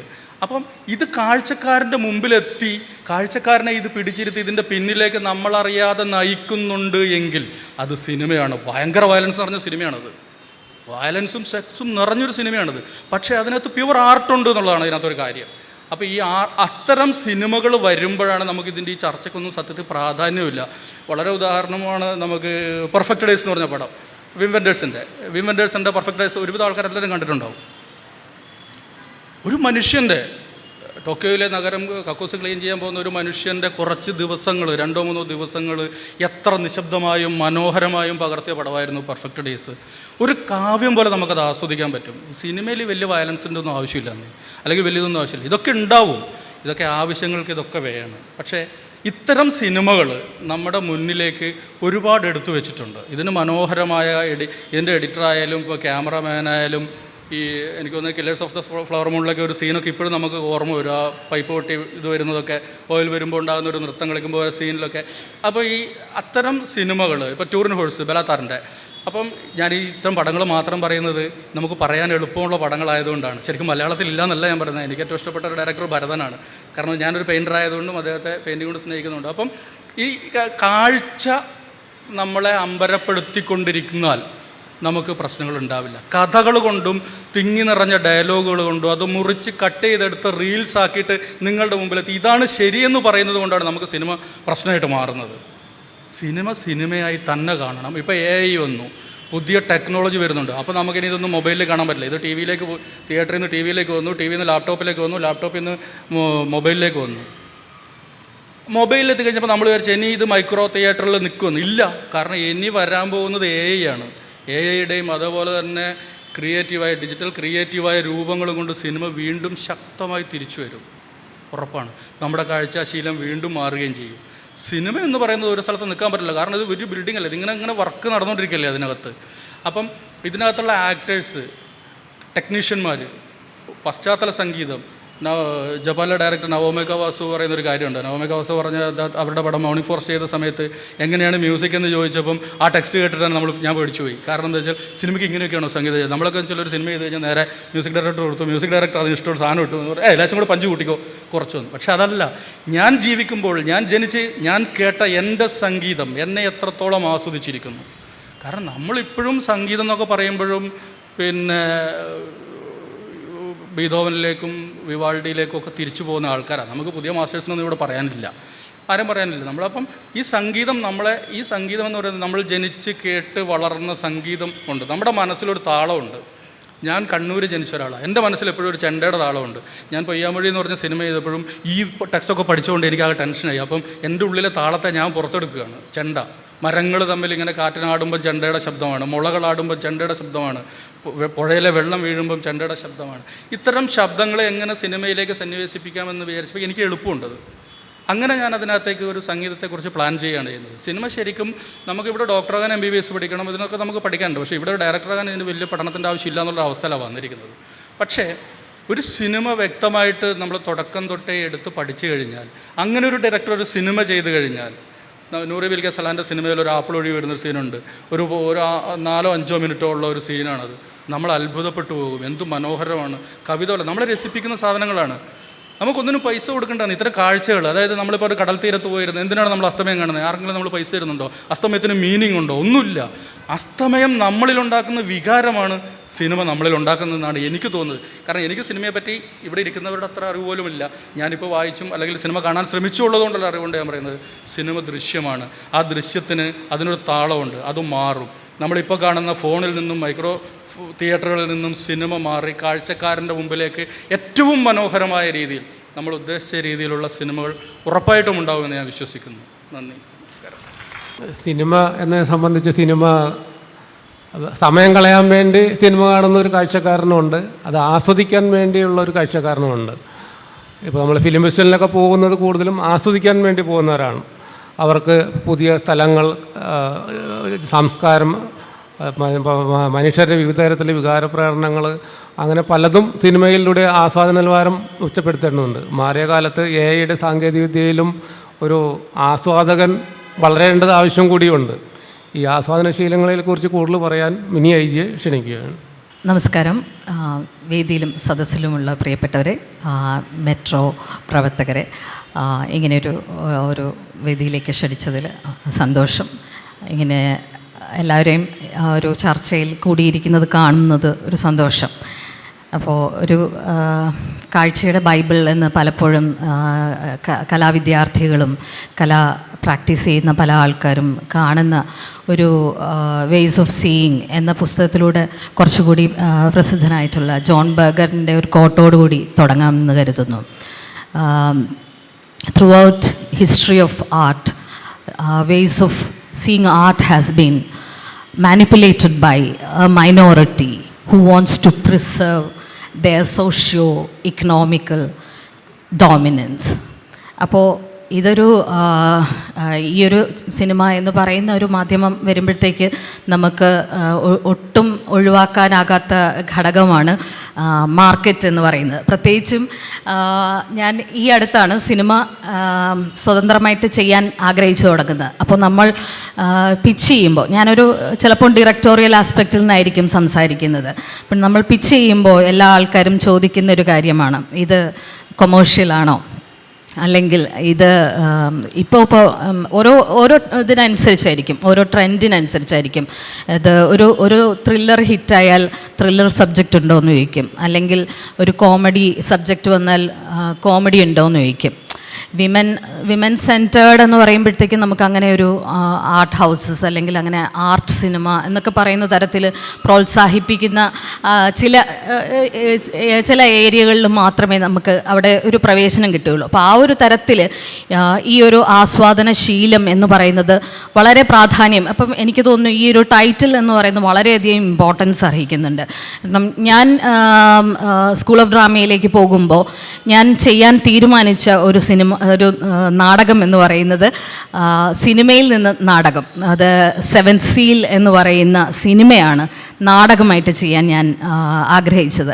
അതിനൊരു കാരണമായത് എന്താണെന്ന് വെച്ചാൽ IFFK അല്ലെങ്കിൽ തിരുവനന്തപുരത്ത് അന്നുണ്ടായിരുന്ന ചലച്ചിത്ര പ്രവർത്തനങ്ങളാണ്. ആ സമയത്ത് നമുക്ക് അത്തരം വേദികളെ ഉണ്ടായിരുന്നുള്ളൂ നല്ല സിനിമകൾ കാണാൻ വേണ്ടിയിട്ടുള്ള. അപ്പോൾ നല്ല സിനിമകൾ എന്ന് പറഞ്ഞാൽ മനുഷ്യരെ കൂടുതൽ കണക്ട് ചെയ്യിപ്പിക്കുന്ന, മനുഷ്യരെ കൂടുതൽ നന്മയിലേക്ക് എന്നാണ് ഞാൻ ആലോചിക്കുന്നത്. ഈ പറയുന്നത് പോലെ വയലൻസ് ഉള്ള അല്ലെങ്കിൽ സെക്സ് കൂടുതൽ സെലിബ്രേറ്റ് ചെയ്യുന്ന ആർട്ടും സിനിമയും ഒക്കെയും നല്ലത് തന്നെയാണ്. അപ്പോൾ ആൻ്റോണി നെർത്തോഡ് എന്ന് പറയുന്ന അദ്ദേഹത്തിൻ്റെ ഒരു പ്രശസ്തമായിട്ടുള്ള ഒരു തിയറി തന്നെയുണ്ട്, തിയേറ്റർ ഓഫ് ക്രൂവൽറ്റി എന്ന് പറയുന്നത്. അപ്പം നമുക്ക് അരിസ്റ്റോട്ടിലിൻ്റെയൊക്കെ തിയറിയിലേക്ക് നമ്മൾ പോകാൻ പറ്റും. നമുക്കൊരു കഥാർസിസ് എന്ന് പറയുന്ന ഒരു സംഗതിയിലേക്ക് നമുക്ക് പോകാൻ പറ്റും.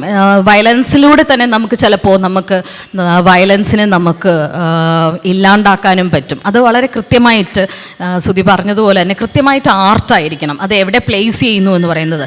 അല്ലാതെ കുറച്ച് നാളത്തേക്ക് ഇതൊരു കുറച്ച് നാളത്തേക്ക് വികാരങ്ങളെ ഉദ്ദീപിപ്പിക്കുക എന്നുള്ള ഉദ്ദേശത്തോടു കൂടി മാത്രം, അല്ലെങ്കിൽ ഇതൊരു ഹിറ്റാക്കുക, ഇങ്ങനെ ഒരു സെൻസേഷണലാക്കുക എന്നുള്ള ഒരു അർത്ഥത്തിലുണ്ടാക്കുന്ന സിനിമകൾക്കാണ് നമ്മൾ ഇപ്പോൾ ഈ അടുത്ത് വരുന്ന ചർച്ചകളൊക്കെ കാണിക്കുന്നത്. പക്ഷേ നമ്മളങ്ങനെ നോക്കുമ്പോഴത്തേക്ക് ബർഗർ തന്നെ പറയുണ്ടായി, there is no innocent art എന്ന് പറയുന്നത്, not even in the high art എന്ന് പറയുന്നത്. അപ്പം നമ്മൾ കേരളത്തിൻ്റെ ഇതിൽ ചരിത്രം എടുത്തു നോക്കുകയാണെങ്കിൽ, നമ്മൾ കഥകളി നോക്കുകയാണെങ്കിലും അല്ലെങ്കിൽ നാടൻ കലകൾ എടുക്കുകയാണെങ്കിലും തെയ്യം ഒക്കെ എടുക്കുകയാണെങ്കിലും നമുക്ക് കൃത്യമായിട്ട് ആ ജാതി വ്യത്യാസവും അന്നത്തെ സമൂഹത്തിലുണ്ടായിരുന്ന, അന്നത്തെ മാത്രമല്ല അതിൻ്റെ ശേഷിപ്പുകൾ എന്ന് പറയുന്ന ഇന്നത്തെ സമൂഹത്തിലും കാണാൻ പറ്റും. അപ്പം നമ്മൾ നിരന്തരം ഇടപെടുക എന്ന് പറയുന്നത്, അത് ഇപ്പോൾ ഈ പറഞ്ഞതുപോലെ നമ്മളെ ഒരു ഡെഡ് സ്ക്രോളിൻ്റെ ടൈമാണ്. അപ്പോൾ നമ്മൾ എല്ലാവരും വളരെ ഇൻഡിവിജ്വലായിട്ട് കളക്റ്റീവായിട്ട് കാണേണ്ട ഒരു സിനിമ എന്ന് പറയുന്നത്, അല്ലെങ്കിൽ കളക്റ്റീവായിട്ട് സെലിബ്രേറ്റ് ചെയ്യേണ്ട, ഡിസ്കസ് ചെയ്യേണ്ട സിനിമ എന്ന് പറയുന്ന മാധ്യമം വളരെ ഇൻഡിവിജ്വലായിട്ട് മാറിയിരിക്കുന്ന സമയത്ത് എങ്ങനെയാണ് ആളുകൾ ഒരു നല്ല സിനിമയെക്കുറിച്ചും അല്ലെങ്കിൽ ഇനി ഉണ്ടാവേണ്ട സിനിമകളെക്കുറിച്ചും ഈ കളക്റ്റീവിനെ കുറിച്ചും എങ്ങനെ സംസാരം ഉണ്ടാവും? അതിനൊക്കെയും പ്രാധാന്യം. അതുകൊണ്ടാണ് കഴിഞ്ഞ ദിവസം ഞാൻ ഇരിഞ്ഞാലക്കുട പോയിരുന്നു. ഞാനൊരു ഡോക്യുമെൻ്ററി ചെയ്തിട്ടുണ്ടായിരുന്നു, ബ്ലാക്ക് ബ്യൂട്ടി, കറുപ്പഴകി എന്ന് പറഞ്ഞിട്ടുള്ളൊരു ഡോക്യുമെൻ്ററി. അപ്പോൾ ഇത്തരം അവരുടെ എല്ലാ മാസവും അല്ലെങ്കിൽ കഴിയുന്ന സമയങ്ങളിലൊക്കെയും അവർ ആക്ടിവിറ്റീസ് ചെയ്യുന്നുണ്ട്. അത് മാത്രമല്ല പലതരം ആക്ടിവിറ്റീസ്. അപ്പോൾ ഈ ഒരു തരം മാറുന്ന കാലത്ത് ഈ പ്രത്യേകിച്ച് ഡെഡ് സ്ക്രോൾ എന്ന് പറയുന്ന ഈ ടൈമിൽ നമ്മൾ അത്തരത്തിൽ ഇൻ്ററാക്റ്റീവായിട്ട് സമൂഹവുമായിട്ട് ഇടപെട്ട് സമൂഹത്തിനെ ആക്റ്റീവായിട്ട് നിലനിർത്താൻ പറ്റുന്ന, പ്രത്യേകിച്ച് കേരളം പോലുള്ള സ്ഥലത്ത് നമുക്ക് സോഷ്യൽ ഗ്യാതറിങ്ങിനുള്ള സ്പേസസ് ഇല്ല. നമുക്ക് വീക്കെൻഡ്സ്, നമ്മൾ വെസ്റ്റേൺ കോൺസെപ്റ്റാണ് വീക്കെൻഡ്സ് എന്ന് പറയുന്നത്. വീക്കെൻഡ്സ് സെലിബ്രേറ്റ് ചെയ്യണം എന്ന് പറയുന്നത്. നമുക്ക് പണിയെടുക്കുക എന്നുള്ളത് മാത്രമേ ഉള്ളൂ. സെലിബ്രേറ്റ് ചെയ്യുക, ലൈഫ് സെലിബ്രേറ്റ് ചെയ്യുക എന്ന് പറയുന്നതില്ല. ഇപ്പോഴും ചെറിയ ഡ്രസ്സ് ഇടുന്ന മുതിർന്ന സ്ത്രീകളെ നമ്മൾ തള്ളച്ചീന്ന് വിളിച്ച് ആക്ഷേപിക്കും, അല്ലെങ്കിൽ മേക്കപ്പ് ചെയ്യുന്ന ആൾക്കാരെ നമ്മൾ ആക്ഷേപിക്കും. അത്തരത്തിലുള്ള ഒരു നമ്മുടെ ഈ കാഴ്ചശീലം എന്ന് പറയുമ്പോൾ നമ്മുടെ സൊസൈറ്റിയെ, നമ്മുടെ ശീലങ്ങളുടെ, നമ്മുടെ സംസ്കാരത്തിനെ ഒക്കെ മാറ്റി നിർത്തിയിട്ട് നമുക്ക് കാണാൻ പറ്റില്ല. നമ്മൾ ഇടപെടുന്ന രീതികൾ എന്ന് പറയുന്നത് ഒന്നും മാറ്റി നിർത്തിയിട്ട് നമുക്ക് കാണാൻ പറ്റില്ല. ഇപ്പോൾ വിൻവെൻറ്റേഴ്സിൻ്റെ കാര്യം പറയണ്ടായി.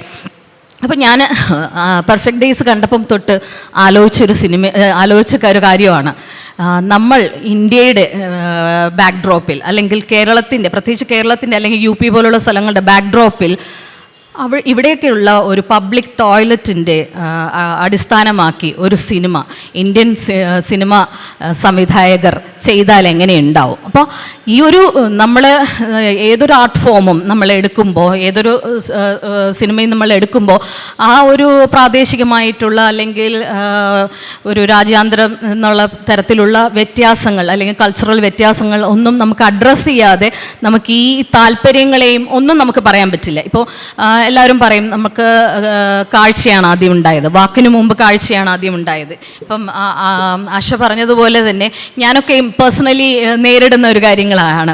അത് സീരിയൽ പോലെ ഇരിക്കുന്നു, ഒരുപാട് സംഭാഷണങ്ങൾക്ക് പ്രാധാന്യമുണ്ടെന്ന്. ഇപ്പോൾ അല്ലെങ്കിൽ കഴിഞ്ഞ ദിവസം ഒരു സുഹൃത്ത് സംസാരിക്കുകയുണ്ടായി, എന്തുകൊണ്ട് വെസ്റ്റേൺ ആക്ടേഴ്സിൽ ആക്ടിങ് കാണുമ്പോൾ നമുക്ക് അവർ അഭിനയിക്കുന്നു എന്ന് തോന്നുന്നില്ല, പക്ഷെ അതേസമയം നമുക്ക് ഇന്ത്യൻ സിനിമകളിൽ അഭിനയം കാണുമ്പോൾ നമുക്ക് ഭയങ്കര ഓവറായിട്ട് തോന്നുന്നു എന്ന് പറയുന്നത്. അപ്പോൾ അതിൽ ഒരു വേറൊരു അണ്ടർസ്റ്റാൻഡിങ്ങിൻ്റെ ഒരു ഡിഫറൻസ് ഉണ്ടെന്ന് എനിക്ക് തോന്നുന്നു. അതായത് നമ്മുടേത് എന്ന് പറയുന്നത് വളരെ സട്ടിലായിട്ട് ജീവിക്കുന്ന ഒരു ജനതയല്ല.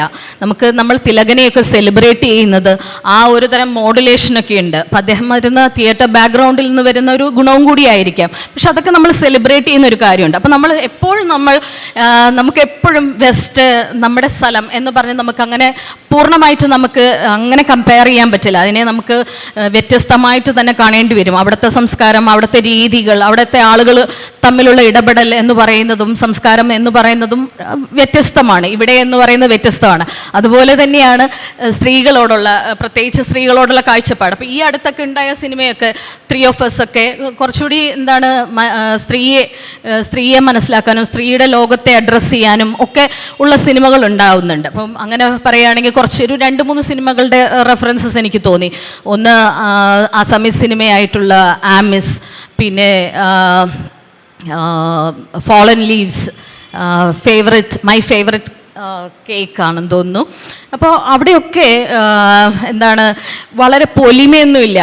വിദേശത്തു നിന്ന് വന്ന സിനിമയാണെങ്കിലും ഒരുപാട് ആക്ടേഴ്സ് അല്ലെങ്കിൽ ഒരുപാട് ലൊക്കേഷൻസ് അങ്ങനെയുള്ള കാര്യങ്ങളൊന്നുമില്ല. അവിടെ നമ്മൾ മനുഷ്യരുടെ കാര്യങ്ങൾ, ആമിസിലാണെങ്കിൽ ഒരു ആദിമമായിട്ടുള്ള ലസ്റ്റ്, ഫുഡ്, എങ്ങനെ ആ ഫുഡിനോടുള്ള ഡിസയറിലൂടെ എങ്ങനെ മനുഷ്യരുടെ ബന്ധങ്ങളെ നോക്കിക്കാണുന്നു, എങ്ങനെ നമുക്ക് ആ ഒരു ഭയങ്കര പ്രൈമലായിട്ടുള്ള കാര്യങ്ങളെ അഡ്രസ്സ് ചെയ്യാൻ പറ്റുന്നു എസ്തെറ്റിക്കലി. അതേസമയം അതവിടെ വൾഗറാവുന്നില്ല. മാത്രമല്ല പല വേരിയഡ് സിറ്റുവേഷൻസിനെ അഡ്രസ്സ് ചെയ്യുന്ന പല സിനിമകളുണ്ടാവുന്നു. ഫോളൻ ലീവ്സിലായാലും വളരെ കൃത്യമായിട്ട് ഒരു വർക്കിംഗ് ക്ലാസ്സിൽ പെടുന്ന ഒരു മനുഷ്യനും ഒരു ജീവിതത്തിൻ്റെ സായന്തനത്തിൽ എത്തി നിൽക്കുന്ന രണ്ട് മനുഷ്യർ എങ്ങനെയാണ് പബ്ബിൽ കൂടി എത്തുന്നു, കണക്ട് ചെയ്യുന്നു. അങ്ങനെയൊക്കെ പറയുമ്പോൾ നമ്മൾ പലതും പറയേണ്ടി വരും. നമ്മുടെ ഇന്നത്തെ സാഹചര്യത്തിൽ കേരളത്തിൻ്റെയോ ഇന്ത്യൻ സാഹചര്യത്തിലോ മനുഷ്യർക്ക് കണ്ടുമുട്ടാൻ പബ്ബുകളോ അങ്ങനത്തെ ഇടങ്ങളോ ഒന്നുമില്ല. അപ്പോൾ അവിടെയൊക്കെ വരുന്നത് വളരെ ക്രൂക്കഡായിട്ടുള്ള ഒരു എന്താണ് സാമ്പത്തിക ഇതിന് മാത്രം കച്ചവടത്തിന് ഉന്നമാക്കിയിട്ടുള്ള ആപ്പുകളിലൂടെയാണ് ആളുകൾക്ക് വിനിമയ സാധ്യത എന്ന് പറയുന്നത്. അതാണ് ഞാൻ തുടക്കത്തിൽ ഞാൻ പറഞ്ഞത്. ഇപ്പോൾ ഈ ഒരു വിനിമയം, ഒരു കമ്മ്യൂണിക്കേഷൻ എന്ന് പറയുന്നത് വളരെ ഇമ്പോർട്ടൻ്റ് ആണ്. അതിലേക്ക് നമ്മൾ കോൺട്രിബ്യൂട്ട് ചെയ്തുകൊണ്ടേയിരിക്കുക. അപ്പം വിമെൻഡേഴ്സ് കഴിഞ്ഞ ദിവസം തിരുവനന്തപുരത്ത് വന്ന സമയത്ത് പറയണ്ടായി, അദ്ദേഹം ചെയ്ത പീന എന്ന് പറയുന്ന സിനിമ 3D, അദ്ദേഹം 3D ആർട്ട് വെച്ചിട്ട് അദ്ദേഹം പറഞ്ഞത് വളരെ കൃത്യമാണ്. അപ്പം നമുക്ക് 3Dയിലെ ഏറ്റവും ലേറ്റസ്റ്റ് ആയിട്ട് നമ്മൾ കണ്ടത് ചിലപ്പോൾ ഒരു പക്ഷേ ആം എന്ന സിനിമയായിരിക്കും. അപ്പോൾ 3D എന്ന് പറയുന്ന ഒരു മാധ്യമം, അങ്ങനെ എന്തെല്ലാം മാധ്യമങ്ങൾ നമുക്ക് ഉപയോഗിക്കാം. ഉപയോഗിക്കാം എന്ന് പറയുമ്പോൾ തന്നെയും എന്തിനെയാണ് നമ്മൾ അഡ്രസ്സ് ചെയ്യുന്നത്, എത്തരത്തിലുള്ള മനുഷ്യരെയാണ് കാണുന്നത്. നമ്മുടെ ഈ ഒരു സദസ്സിൽ ചെറുപ്പക്കാർ വളരെ കുറവാണ്. എന്തുകൊണ്ടാണ് എന്ന് പറയുന്നത്, അവിടെയൊക്കെ നമുക്ക് എന്ത് ചെയ്യാൻ പറ്റും? അപ്പം നമ്മൾ നിരന്തരം കുറ്റപ്പെടുത്തുക അല്ലാണ്ട് എങ്ങനെയാണ് ആ ഒരു സമൂഹത്തിലേക്ക് ഇറങ്ങി എങ്ങനെയാണ് നമുക്ക് ചെയ്യാൻ പറ്റുന്നതെന്ന് പറയുന്നത് നമ്മൾ ഒരു ആർട്ടിസ്റ്റ് എന്നുള്ള നിലയിൽ നമ്മുടെ ഒരു ധർമ്മം കൂടിയാണ്. അപ്പം എൻ്റെ ഒരു വ്യക്തിപരമായിട്ടുള്ള ഒരു ചിന്ത എന്താണെന്ന് പറഞ്ഞു കഴിഞ്ഞാൽ, എല്ലാ ആൾക്കാരും ചോദിക്കും നാടകം മരിച്ചോ, അല്ലെങ്കിൽ നല്ല സിനിമ അല്ലെങ്കിൽ നല്ല കല മരിച്ചോ എന്നുള്ളത്. അപ്പം അതൊന്നും ഇല്ലാണ്ടാവാൻ പോകുന്നില്ല, അതിൻ്റെ പ്രസക്തി ഇല്ലാണ്ടാവാൻ പോകുന്നില്ല. എപ്പോഴും നമ്മൾ ഹ്യൂമാനിറ്റി എത്രത്തോളം നമ്മൾ ടെക്നോളജി ഡെവലപ്പ് ചെയ്യുന്നു എന്ന് പറയുമ്പോഴും നമ്മൾ ആളുകൾ ആഗ്രഹിക്കുന്നത്, നമ്മളിപ്പോൾ ഞാൻ ഇപ്പോൾ എഴുതിക്കൊണ്ടിരിക്കുന്നത് ഒരാൾ എന്ന് പറയുന്ന ഒരു കഥയാണ്. അതൊരു ഹ്യൂമൻ അസിസ്റ്റൻറ്റിനെ പറ്റിയിട്ടാണ്. അപ്പോൾ അത്തരം ഒരു ലോകത്തിലാണ് നമുക്ക് നമ്മുടെ സ്വന്തമായിട്ടുള്ള ആൾക്കാരോ പലപ്പോഴും സുഹൃത്തുക്കളോ കാര്യം നമ്മുടെ ഏറ്റവും അത്യാവശ്യ ഘട്ടങ്ങളിൽ നമ്മുടെ അടുത്തുണ്ടാവില്ല. ഇപ്പോൾ എപ്പോഴും ഈ കുടുംബങ്ങളിൽ നിന്നൊക്കെ കുട്ടികൾ വിദേശത്തേക്ക് പോവുകയാണ്. ആ ഒരു സാഹചര്യത്തിൽ എല്ലാത്തരം കാര്യങ്ങളും നമ്മൾ സോഷ്യൽ ആസ്പെക്ട്സ് കണ്ടെത്തിയേ പറ്റുള്ളൂ, അല്ലെങ്കിൽ അഡ്രസ്സ് ചെയ്തേ പറ്റുകയുള്ളൂ. കഴിഞ്ഞ ദിവസം ഒരു ആറ്റുകാൽ പൊങ്കാലയുമായിട്ട് ബന്ധപ്പെട്ട ഒരു വീഡിയോ വൈറലായിരുന്നു. അപ്പോൾ DJക്ക് കുട്ടികൾ ഡാൻസ് ചെയ്യുമ്പോഴത്തേക്ക് പോലീസുകാർ വന്നിട്ട്, അപ്പോൾ എത്ര ജനമൈത്രി പോലീസാണെന്ന് പറഞ്ഞാലും ഇതൊക്കെ റൂട്ടഡ് ആണ്. അപ്പോൾ ഇത്തരം ബോധ്യങ്ങളൊക്കെ നമ്മൾ കാണുന്ന സിനിമ, നമ്മൾ ചെയ്യുന്ന സിനിമയിലൊക്കെ പ്രതിഫലിക്കും. കഴിഞ്ഞ കുറച്ച് ദിവസങ്ങളായി ഒരു ചർച്ചയിൽ വന്നിരിക്കുന്നത് ഇപ്പോൾ റിലീസായിട്ടുള്ള ഒരു സിനിമയിൽ ഒരു ഇൻസെസ്റ്റുവൽ റിലേഷനെ പറ്റിയിട്ടാണ്. അപ്പം നമ്മൾ ഭയങ്കര എന്താണ്, നമ്മുടെ വിരൽത്തുമ്പിലാണ് എല്ലാം. നമ്മളെല്ലാം കാണുന്നുണ്ട്, എല്ലാം അറിയുന്നുണ്ട്, എല്ലാത്തരം കാര്യങ്ങളെക്കുറിച്ച് നമ്മൾ അറിയുന്നുണ്ട്. അപ്പോൾ പോലും നമുക്ക് ഒരു ഓപ്പണായിട്ട് ഒരു ഡിസ്കോഴ്സ് നടത്താൻ പറ്റാത്ത തരത്തിൽ നമ്മളൊരു ക്ലോസ്ഡ് സൊസൈറ്റി ആയിട്ട് മാറിക്കൊണ്ടിരിക്കുകയാണ്. സത്യം പറഞ്ഞാൽ നമുക്ക് വിഷമം തോന്നും. നമുക്ക് പണ്ട് തിരുവാതിര ഉണ്ടായിരുന്നു, എല്ലാ ആൾക്കാരും കൂടി ചൂട്ടും കത്തിച്ച് തെയ്യം കാണാൻ പോകുന്ന ഒരു സാധ്യത ഉണ്ടായിരുന്നു. അതിൽ നിന്നൊക്കെ പിന്നെയും നമ്മൾ ഒരു ഡെഡ് സ്ക്രോളിലേക്ക് എത്തി നിൽക്കുന്ന ഒരു കാഴ്ചയാണ്. ആ കാഴ്ചയിലേക്ക് സജീവമായിട്ട് ഈ പറഞ്ഞതുപോലെ കലാപ്രവർത്തകർ ഇടപെടുക എന്ന് പറയുന്നത് തീർച്ചയായിട്ടും മാറ്റങ്ങൾ വന്നിട്ടുണ്ട്. ആ മാറ്റങ്ങളെ അഡ്രസ്സ് ചെയ്യുക. പലപ്പോഴും നമ്മൾ ഇപ്പം വിധു പറയാറുണ്ട്, വിധുവിൻ്റെ അടുത്ത് ആൾക്കാർ ചോദിക്കാറുണ്ട്, ഒന്ന് നോക്കി ഈ സ്ക്രിപ്റ്റിൽ എന്തെങ്കിലും സ്ത്രീവിരുദ്ധതയുണ്ടോ അല്ലെങ്കിൽ പൊളിറ്റിക്കലി ഇൻകറക്റ്റ് ആയിട്ടുള്ള കാര്യങ്ങളുണ്ടോ എന്ന് പറയുന്നത്. അപ്പോൾ അത്തരത്തിലൊക്കെ ആൾക്കാർ കുറച്ചും കൂടി അവെയർ ആവാൻ തുടങ്ങി, അഡ്രസ്സ് ചെയ്യാൻ തുടങ്ങി, സ്ത്രീകളുടെ ലോകം കാണിക്കാൻ തുടങ്ങി. സ്ത്രീകളുടെ ലോകം എന്ന് പറയുന്നത് അടുക്കളയും സീരിയലും മാത്രമല്ല ഞാൻ ഈ സംഭാഷണം എന്ന് പറയുന്നത് എനിക്കത് ഭയങ്കര ഇമ്പോർട്ടൻ്റ് ആയിട്ട് തോന്നി. പല ആൾക്കാരും പറയുമ്പോഴത്തേക്ക് എന്തിനാണ് ഒരുപാട് സംസാരം, എന്തിനാണ് സംസാരിച്ചുകൊണ്ടേയിരിക്കുന്നത്, എന്തിനാണ് ഡയലോഗ്സ്? എനിക്ക് തോന്നുന്നു എനിക്ക് അങ്ങനെ ഒരു വീക്ക്നെസ് ഉണ്ടെന്ന് തോന്നുന്നു. ഒരുപാട് സംസാരിക്കും, ഡയലോഗ്സ്. അപ്പം എനിക്ക് അങ്ങനെ ഇഷ്ടപ്പെട്ട ഒരു സിനിമയാണ് ഡിസെപ്ഷൻ എന്ന് പറയുന്നത്. അവിടെ സംസാരിക്കുകയാണ്, എന്തൊരു മനോഹരമാണ് മനുഷ്യരുടെ ആ ഒരു ഇടപെടൽ എന്ന് പറയുന്നത്, സംഭാഷണം എന്ന് പറയുന്നത്. അപ്പം നമ്മൾ കാണുകയാണ് ആക്ടേഴ്സിനെ, ആക്ടേഴ്സിൻ്റെ ഇപ്പോൾ ഇതൊരു ന്യൂറോ എസ്തറ്റിക്സ് എന്നുള്ള ഒരു കാര്യം കൂടി ആലോചിച്ചിട്ട് വേണം നമ്മൾ ഈ ഒരു കല ഇഷ്ടപ്പെടുന്നതും ഒക്കെ, അല്ലെങ്കിൽ ഒരു കാര്യം ഒരു ഭക്ഷണം ഇഷ്ടപ്പെടുന്നു ഒക്കെ, അതിൻ്റെ ഒരു ന്യൂറോ ആക്ടിവിറ്റി ഉണ്ടല്ലോ, നമ്മുടെ ഒരു ബ്രെയിനിൻ്റെ ആക്ടിവിറ്റി ഉണ്ടല്ലോ. ഈ ബ്രെയിനിൻ്റെ ആക്ടിവിറ്റിയെ ഹെൽപ്പ് ചെയ്യാൻ വേണ്ടി, സപ്പോർട്ട് ചെയ്യാൻ വേണ്ടിയിട്ടാണ് ഓരോ പ്രവർത്തകരും, ഓരോ കലാപ്രവർത്തകരും അല്ലെങ്കിൽ ഓരോ സൊസൈറ്റികളും പ്രവർത്തിക്കേണ്ടത് എന്നാണ് എനിക്ക് തോന്നുന്നത്. Thank you so much. മറ്റ് മറ്റേതെങ്കിലും ആർട്ട് ഫോമിലില്ലാത്തൊരു പ്രത്യേകത ഇപ്പോൾ ഈ പുതിയ മാധ്യമങ്ങളുടെ കാലത്ത് സിനിമയ്ക്കുള്ളത്, സിനിമയ്ക്ക് കാണിക്ക് സമയം നിശ്ചയിക്കാം. അതായത് കാഴ്ചയുടെ എത്ര സമയത്തിൽ അവസാനിപ്പിക്കുക എന്നുള്ളത് മാത്രമല്ല, അത് ചിലപ്പോൾ മറ്റ് ഇതിനും പറ്റുമായിരിക്കും. നമുക്ക് ഈ പുതിയ ഇതിൽ സ്പീഡ് കൂട്ടി കാണാം. ഇപ്പോൾ നിങ്ങളൊരു ആർട്ടിന് നമ്മളൊരു ടൈം നിശ്ചയിച്ച് നമുക്കൊരു ഫ്രെയിമിൽ ഒരു ക്യാരക്ടർ നടന്ന് ഇവിടേക്ക് എത്താനുള്ള സമയം എന്ന് പറയുന്നത് ഒരു മിനിറ്റോ അല്ലെങ്കിൽ 30 സെക്കൻഡോ നമ്മൾ കാണുന്നുണ്ട് വിചാരിക്കുക. അത് നമുക്ക് കാണിക്ക് ഒരു 4x 2x ഇതേ സംഗതി ഫോർവേഡ് ചെയ്തിട്ട് അത് സ്പീഡ് കൂട്ടി കാണാൻ പറ്റും. അപ്പോൾ ഒരു ആർട്ട് അങ്ങനെ. അപ്പോൾ ഞാൻ സുധീർ ആർട്ടിസ്റ്റും കൂടി, ഒരു ചിത്രകാരനും കൂടെ ആയതുകൊണ്ടാണ് ഈ ആർട്ടിനെ അങ്ങനെ കംപ്രസ് ചെയ്യുന്നൊരു, ഇപ്പം ഈ AI പോലെയുള്ള ടെക്നോളജിക്ക് വരുന്നതിനെ പറ്റി ഈ ആർട്ട് ഞാനതിനെപ്പറ്റി കൺഫ്യൂസ്ഡാണ്. ഞാൻ മറ്റു പല സ്ഥലത്ത് ആ ചോദ്യം ഉന്നയിച്ചിട്ടുണ്ട്. ഇത് ഞാൻ അന്വേഷിച്ചുകൊണ്ടിരിക്കുകയാണ്. ആർട്ടിസ്റ്റിൻ്റെ ഭാവന കംപ്രസ് ചെയ്തിട്ട് കാണി വേറെ രീതിയിൽ അത് ലിബറേറ്റ് ചെയ്യപ്പെടുന്നുണ്ട്. കാണിയുടെ അർത്ഥത്തിൽ ലിബറേറ്റ് ചെയ്യപ്പെടുകയാണ് ചെയ്യുന്നത്. കാണിക്കൊരു സ്വാതന്ത്ര്യം അഡീഷണലായിട്ട് കിട്ടുകയാണ് ചെയ്യുന്നത്. പക്ഷെ അത് ആർട്ടിനെ നമ്മൾ ഡിഫൈൻ ചെയ്ത് നിർത്തുന്നിടത്ത് അത് എങ്ങനെയാണ് അത് നിൽക്കുന്നത്? കാഴ്ചയെ ആ രീതിയിൽ കാണിക്ക് കംപ്രസ് ചെയ്യാനുള്ളൊരു പോസിബിലിറ്റി കിട്ടുന്നത്. അപ്പം ഞാനിപ്പോൾ ഈ ഗുരുവായൂർ അമ്പലനടയിൽ എന്നൊക്കെ പറഞ്ഞ കൊമേഴ്സ് സിനിമയുടെ ഇയാൾ പാടുന്ന ഒരു പാട്ടുണ്ട്, കൃഷ്ണ കൃഷ്ണ എന്നൊക്കെ പറഞ്ഞൊരു പാട്ടുണ്ട്. ആ പാട്ട് പൃഥ്വിരാജ് തന്നെ പറയുന്നത്, നിങ്ങളത് യൂട്യൂബിൽ നിങ്ങൾ 4x 2x സ്പീഡിൽ കേട്ട് കഴിഞ്ഞാൽ നിങ്ങൾക്കത് വേറെ ഇമോഷനാണ് കിട്ടുക എന്ന് പറയും. അങ്ങനെ ഇപ്പം നമ്മൾ ഈ പുതിയ ഇതിൽ വോയിസ്, ഇപ്പോൾ നമ്മൾ തന്നെ വാട്സപ്പിലുള്ള വോയിസ് മെസ്സേജിനെ 1x 2x 4x ഒക്കെ അപ്പോൾ ഇത് സിനിമയ്ക്കും പോസിബിളാണ്. അപ്പോൾ ഇത് ഈ മീഡിയം കയ്യിലെത്തുന്ന കാലത്ത് നമ്മൾ എങ്ങനെയാണ് ഇതിൻ്റെ ടൈമിനെ ഡിഫൈൻ ചെയ്ത് വയ്ക്കാന്നൊരു കൺഫ്യൂഷൻ വരുന്നല്ലേ? അത് ലിബറേഷനായിട്ട് എങ്ങനെയാണ് കാണുന്നത് എന്നുള്ളതാണ്.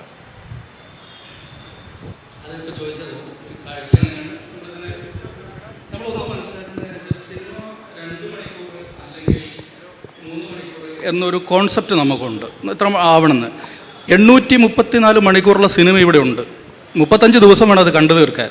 ഞാനൊക്കെ തുടങ്ങി വെച്ചിട്ട് നിർത്തി പോവുക ചെയ്തത്. ഒന്ന് മനസ്സിലാക്കണം, 835 മണിക്കൂറുള്ള സിനിമ, ലോജിസ്റ്റിക് എന്ന് പറഞ്ഞ സിനിമ നമ്മുടെ മുമ്പിലുണ്ട്. 32 മണിക്കൂറുള്ള സിനിമയുണ്ട്. 8 മണിക്കൂറോളം വരുന്നുണ്ട് സാത്തൻഡാഗോ എന്ന് പറയുന്നത്. സിനിമയ്ക്ക് പരിധിയില്ല. കാരണം നമ്മളുടെ തിയേറ്റർ സൗകര്യത്തിന് വേണ്ടിയിട്ട് നമ്മൾ ഒതുക്കിയെന്ന് മാത്രമേ ഉള്ളൂ. അതിൽ നിന്ന് കാഴ്ചക്കാരനെ സംതൃപ്തിപ്പെടുത്താനാണ് നമ്മൾ ശ്രമിച്ചുകൊണ്ടിരിക്കുന്നത്. കറക്റ്റായിട്ട് എണ്ണം എടുത്തു കഴിഞ്ഞാൽ 13 ഷോട്ടാണെന്ന് തോന്നുന്നു ടൂറിൻ ഹോഴ്സിലുള്ളത്. 112 ഷോട്ടാണ് ഇതിനകത്തുള്ളത്, നമ്മുടെ സാത്തൻഡാഗോയിലുള്ളത്.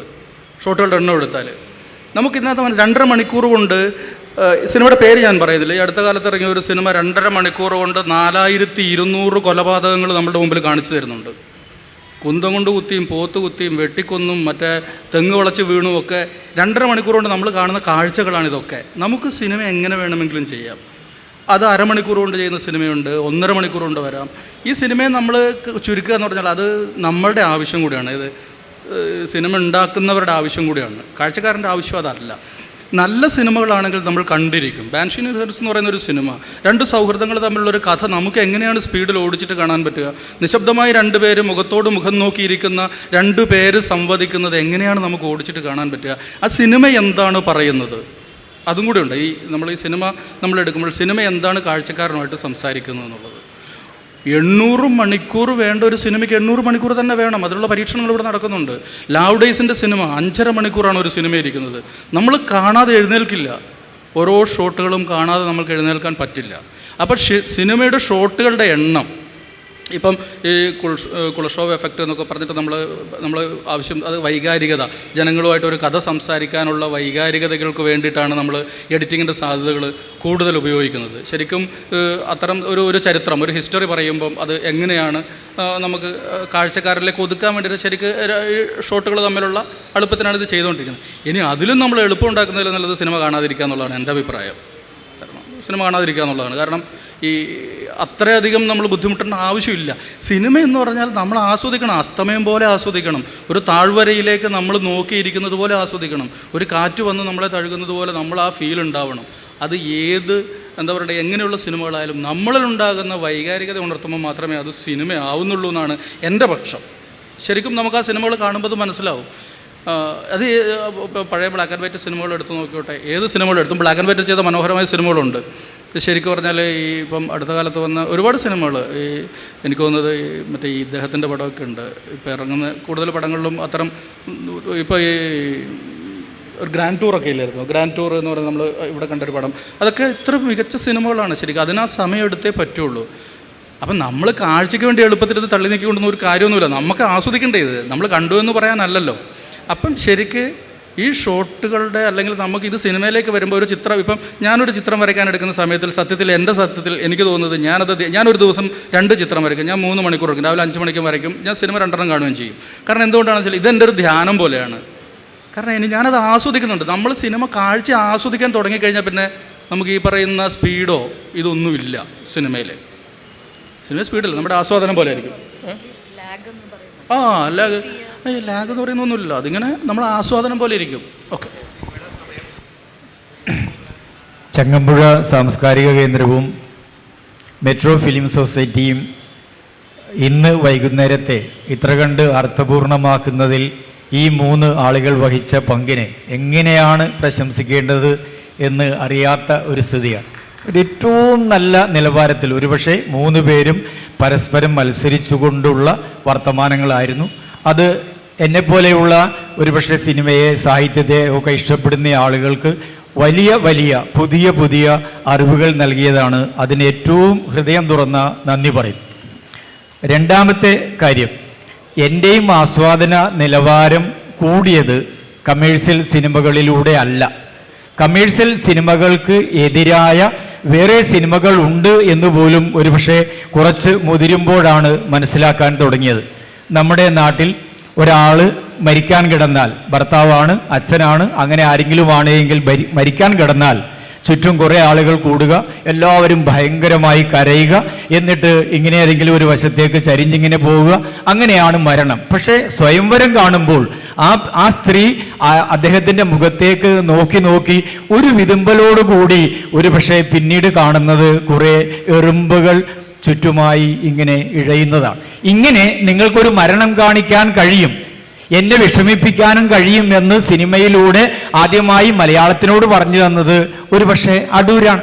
അപ്പോൾ സിനിമയിൽ തീർച്ചയായും അങ്ങനെയുള്ള വളരെ പുതിയ പാഠങ്ങളൊക്കെ ഒരു നല്ല സിനിമയാണ് ഓഫ് സൈഡ് എന്ന് പറയുന്ന ഒരു സിനിമ ഫുട്ബോൾ മത്സരമേ കാണിക്കുന്നില്ല, പക്ഷേ ആ ഫുട്ബോളിൻ്റെ എല്ലാ അനുഭവങ്ങളും പ്രേക്ഷകരായിട്ടുള്ള ആളുകൾക്ക് ഉണ്ടാകുന്നുണ്ട്.